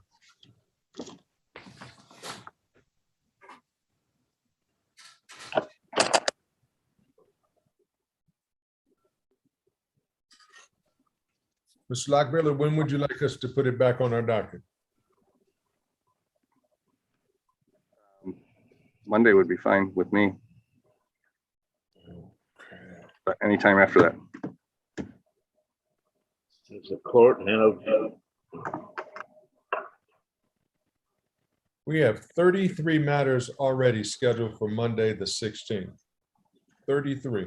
The 16th, not the 9th. And I've got to works mute for myself. Mr. Harris. On the I'm 9th. sorry, I'm not I'm hearing sorry. anyone for the record. Everybody's talking over each other. We're not on the record. On the 9th, we have 36 matters. Okay, No, Judge. we're not on the record.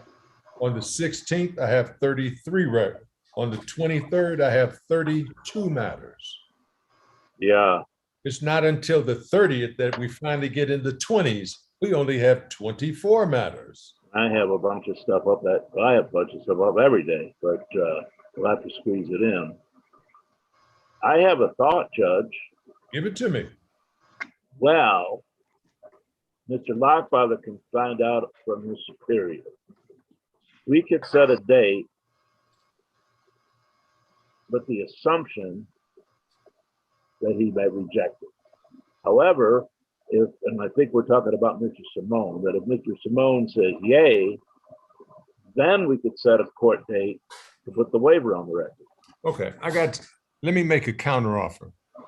I have an in custody docket like today with only 17 matters on August the 31st.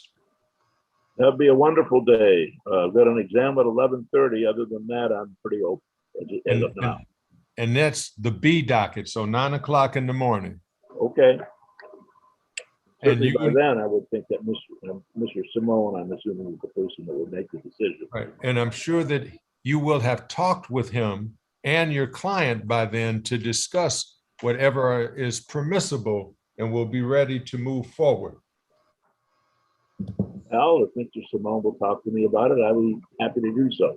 I got it on my calendar. As a matter of fact, I left him a voicemail the other day asking him what his best offer would be. And we found out. So 9 o'clock on the 31st. I got it in my book. Right. Thank you. See you later, Mr. Womack. So you're not going to return to the record, Judge? Nope, we have an adjourned date. The next date is 8/31, docket B. Okay. So let me just give me a moment. See you later, Mr. Womack. See you in a couple weeks.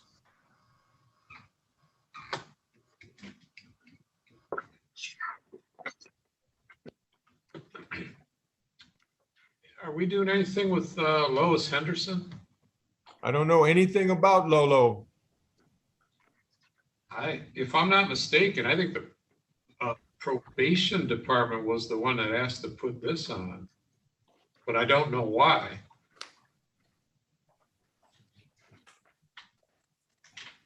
Oh, wait a minute, my mistake. You sentenced her.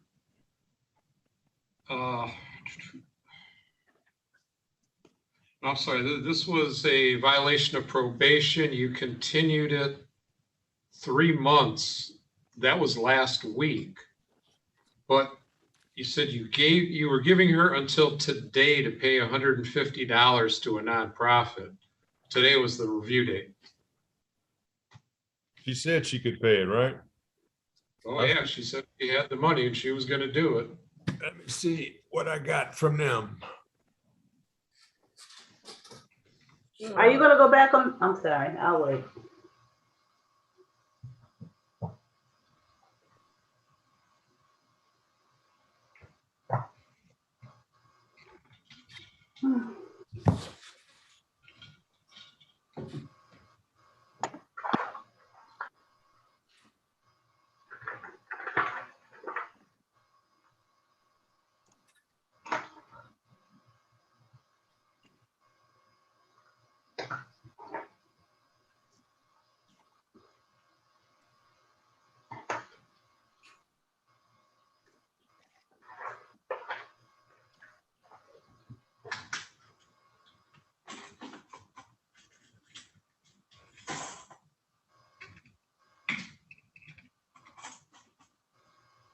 Okay, I'm reading an email, Mark.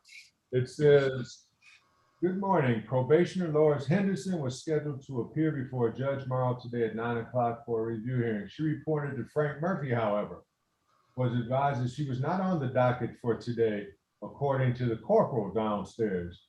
She was provided with Zoom information. However, she did not have a Zoom ID number. Her Omni case number, she was ordered to make a $150 payment to a nonprofit. Below is the verification receipt provided. Please advise me on what the next step is. And then, good morning, Judge Morrow. Judge Morrow is in Zoom beginning at 3 o'clock. We didn't tell her to report to Frank Murphy. She can log on to docket C this afternoon. She can go to Third Circuit website, click on the da-da-da-da. Hey, Judge Morrow, Ms. Henderson has provided her ID. She will log in on today's C docket.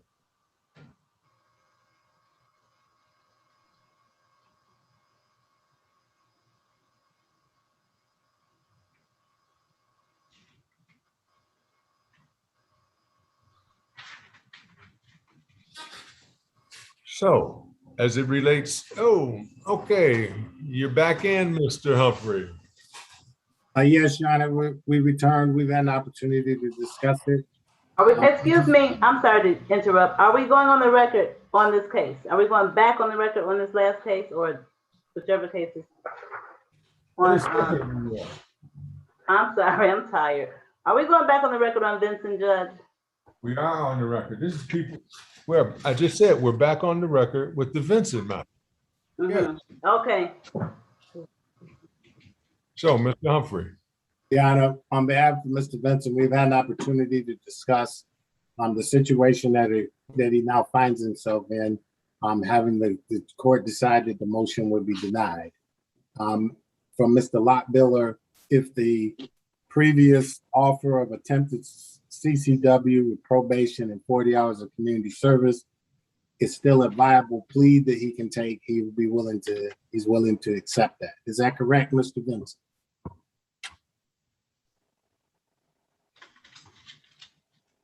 You gotta unmute. We can't hear you. Yes, sir. Yes, sir. All right. Let me get the file so I can get the date of the offense and go from there. Mark, can you bring it back while I question Mr. Vincent? Mr. Vincent, do you promise to answer my questions truthfully, sir? Yes, sir. Okay. I need your name and age, please. Aaron Dwayne Vincent, 23 years old. Mr. Vincent, do you wish to enter a plea of guilty today? Yes, sir. Has anybody forced you or threatened you to make you plead guilty? No, sir. Okay, you're pleading guilty freely and voluntarily. Yes, sir. By entering a plea of guilty, you're giving up your right to go to trial where you would be presumed to be not guilty. At trial, sir, you would have the ability to question any of the witnesses that were brought into court to testify against you. Likewise, sir, if there were evidence that you wanted to present by way of diagrams or exhibits, you would have that ability to present them. If you wanted to have diagrams, exhibits, you could testify in your own behalf, have those before a jury, or you could choose to do nothing. Nothing is acceptable because you're presumed to be not guilty and you don't have to present a defense. You are charged with carrying a concealed weapon, but being offered an attempt. The original count carries up to 5 years in prison, from probation to 5 years, and the attempt carries a term of 2.5 years as a maximum, with probation as the minimum. Understanding that, do you have any questions about what you're being charged with, what it carries, and any of the rights by going to trial? No, sir. Okay. The information says that this offense happened on the 13th of December of 2019, that you were in front of or at 1001 Michigan Avenue in the city of Dearborn. Is that correct? Yes, sir. Okay. Mr. Vincent, it's been a long day for you and an emotional day for you. Do you want me to pause at all, or do you want me to continue to ask you questions? You can continue. Because I know you're sad, and you know, we can do this at another time when you're not so sad. I don't want you to think that you have to do anything at all. It's all good. Okay. So the best decision. Okay. So on that day, were you driving a 2011 Chevy Impala? Yes. No, Malibu. Okay, Malibu. And the police searched that Malibu. Did they find a gun that you put in that car that you didn't have a license to carry? No, they didn't find a gun that I put. Can my lawyer speak for me on this? He can, but the factual basis, you have to provide the factual basis. Yes. So either was there a gun that you put in there, or that you knew somebody put a gun in your car and you allowed them to put the gun in your car as you drove the city of Detroit or Dearborn? No, I mean, for the plea, I have to say yes. Yes. No, for the plea, you need to just tell me the truth. Oh, no, I said no. My lawyer told me to answer no. I mean, just factual basis, he said. But you told me you would tell me the truth. Yes. Okay. So I really didn't know. I would have never been riding at 9 o'clock in the morning with a gun in Dearborn. That's not. No. So you did not know that the gun was in the car? No. And it It's wasn't not, your gun. it's not my gun. So then, because for this crime, you have to know at the time that you're driving that the gun was in the car. This does not make out a factual basis. And so you should not plead guilty if you're not guilty. Okay. You should take the matter to trial. Okay, but I can't, I got kids. We already tried to suppress the evidence. That didn't work. I feel like that was our only chance. And I don't want to risk not being here for my kid.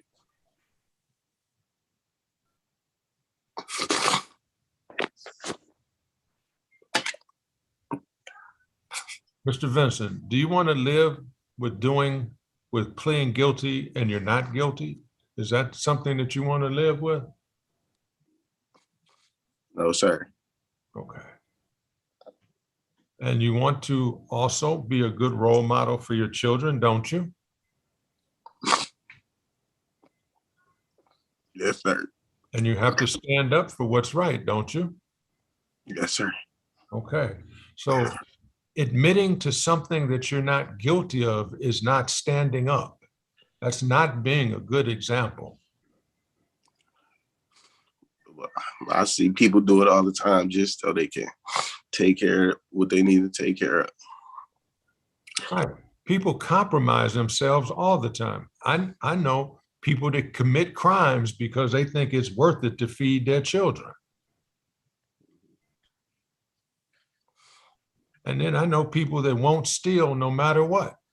They'll go hungry before they steal. It just depends on what values you want to live with.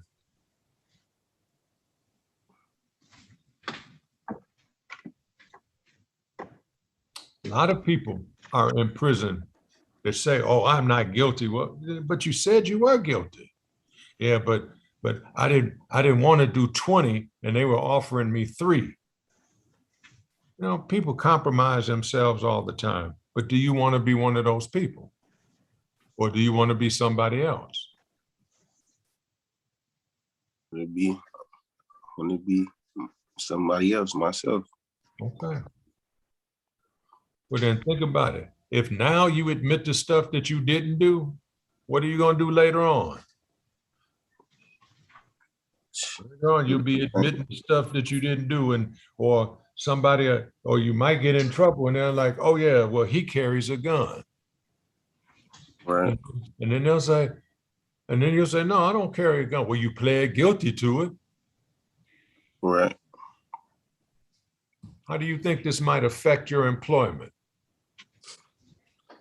A big toe. That's man. That's what I think about. That's Okay. why. But if you plead guilty, you making it affect your employment. Right. I'm sure Mr. Humphrey didn't advise you to plead guilty if you're not guilty. He probably said, "It's up to you." Right. I just felt like the motion was like the only chance, like for real. The motion determined if the police was following the law when he's found the gun. It has nothing to do is whose gun it is or whose gun it was. Okay. All it says is that there was a gun in the car that you were driving that was your car. Now, people will say people are supposed to know what's in their car. Right. You know, and that's true, and sometimes that's not true.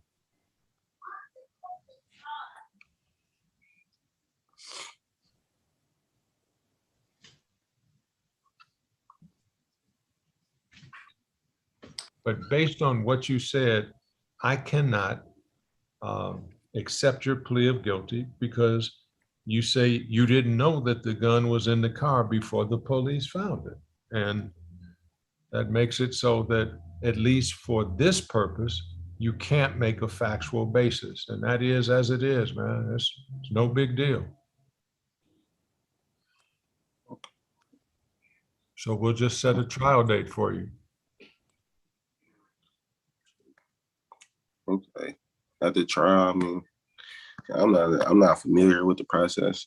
Okay, but Mr. Humphrey is very familiar with the process, and he'll be happy to answer your questions, even if you ask the same question 70 times. He'll answer that question 70 times for you. Okay.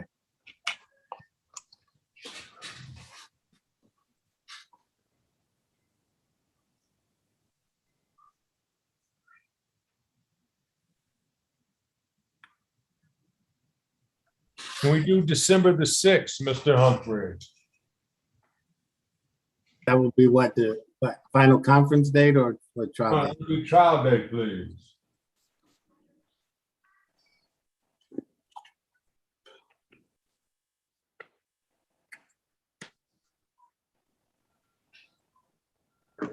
December 6th? Yes. Gonna be a jury, Your Honor? Well, that's what it's listed as, sir. All right, yes. December 6th.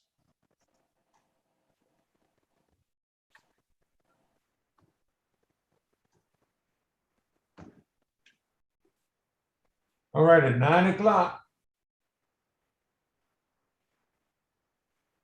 Okay. All right, thank you both. Mr. Humphreys, I'm about to give you a call.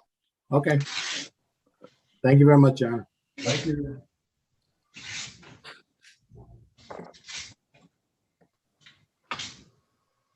Mr. Ulatowski, Yes. could you call the two cases that you were going to call, and then I'll call Mr. Foxworth's case?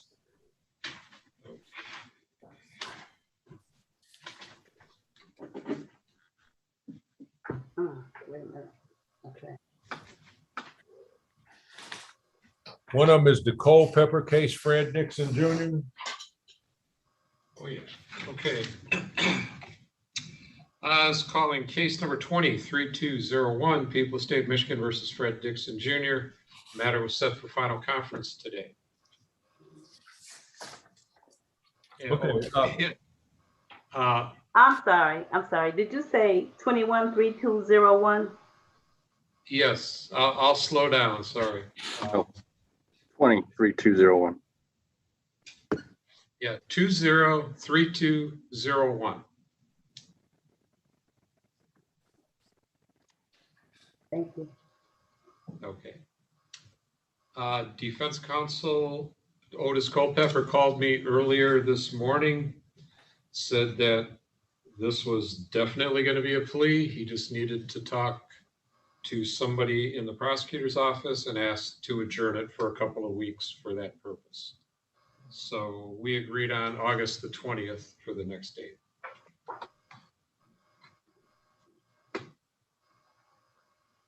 For the record, Steve Ocular for the People. I did speak to Mr. Culpepper this afternoon. I have no objection to that. Okay, then that will be the case.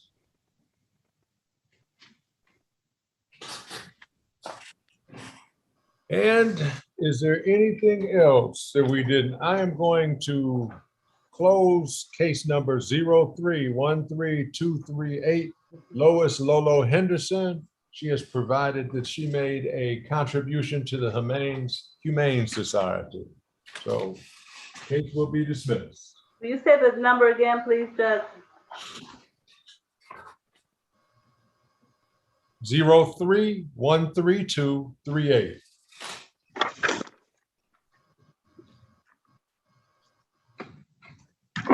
Thank you. You're quite welcome. Okay, I have to write this stuff down. So I think you said you have another case you're gonna call? No, that was it. We just Something finished. about Foxworth. Oh, thank you. People of the state of Michigan. Wait, hold on a moment. Give me a minute.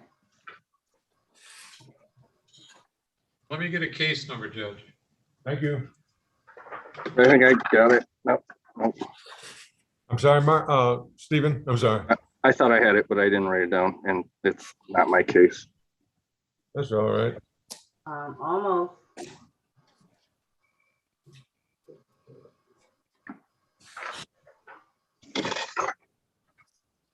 I got the case number. This is 20-0315. First name Hussein, Hussian. Last name Foxworth, just as it sounds. Mr. Foxworth was to turn himself in to the Wayne County Jail Tuesday, August the 3rd by 12 o'clock noon. The jail indicated that he had not turned himself in. We will issue a capias and remand until he's brought back into custody. And this is Mr. Brown's case from the prosecutor's office. Dwayne Brown is the prosecutor that's handling this matter. Was this on the docket yesterday? No, this was on the docket Monday. That's what I mean. I wrote down 8/31 for sentencing for some reason. I don't know if that means anything, and sorry to barge in the record on this, but No. He was supposed to do a pre-sentence report. Didn't show up for the pre-sentence report. And had a whole lot of reasons. The lady came out, he hung up on her. So that was Monday when he was supposed to be sentenced. And so he was to turn himself into the jail. Oh, right. His sentence date was that, you're correct, he is to be sentenced on that date, but he was to turn himself in. And since he didn't, we're issuing a warrant for his arrest. Gotcha. Sorry to interrupt. No, that's all right. Not even my case. It's 4:30, man. It's crazy. You know, Okay, so we're off the record. Yes, I'm glad we're all offering what we remember, because it takes sometimes 4 people to remember it right. Are you kidding me? Yeah, man. Sometimes that's exactly the case. Just takes everybody's help to finish. Okay, so I'm going to sign off, Judge. Thanks so much. Unless you have something else you need. Janine, all I need is money and prayer. You got All right, got it. What you're offering? Okay, I'll keep you in prayer, and you take care. I'd See rather you have later. Thanks so much. I'd rather have the money, Janine. I'm gonna keep you in prayer, Judge. All You right. asked what did I need, and I'm Good telling night. you. Good.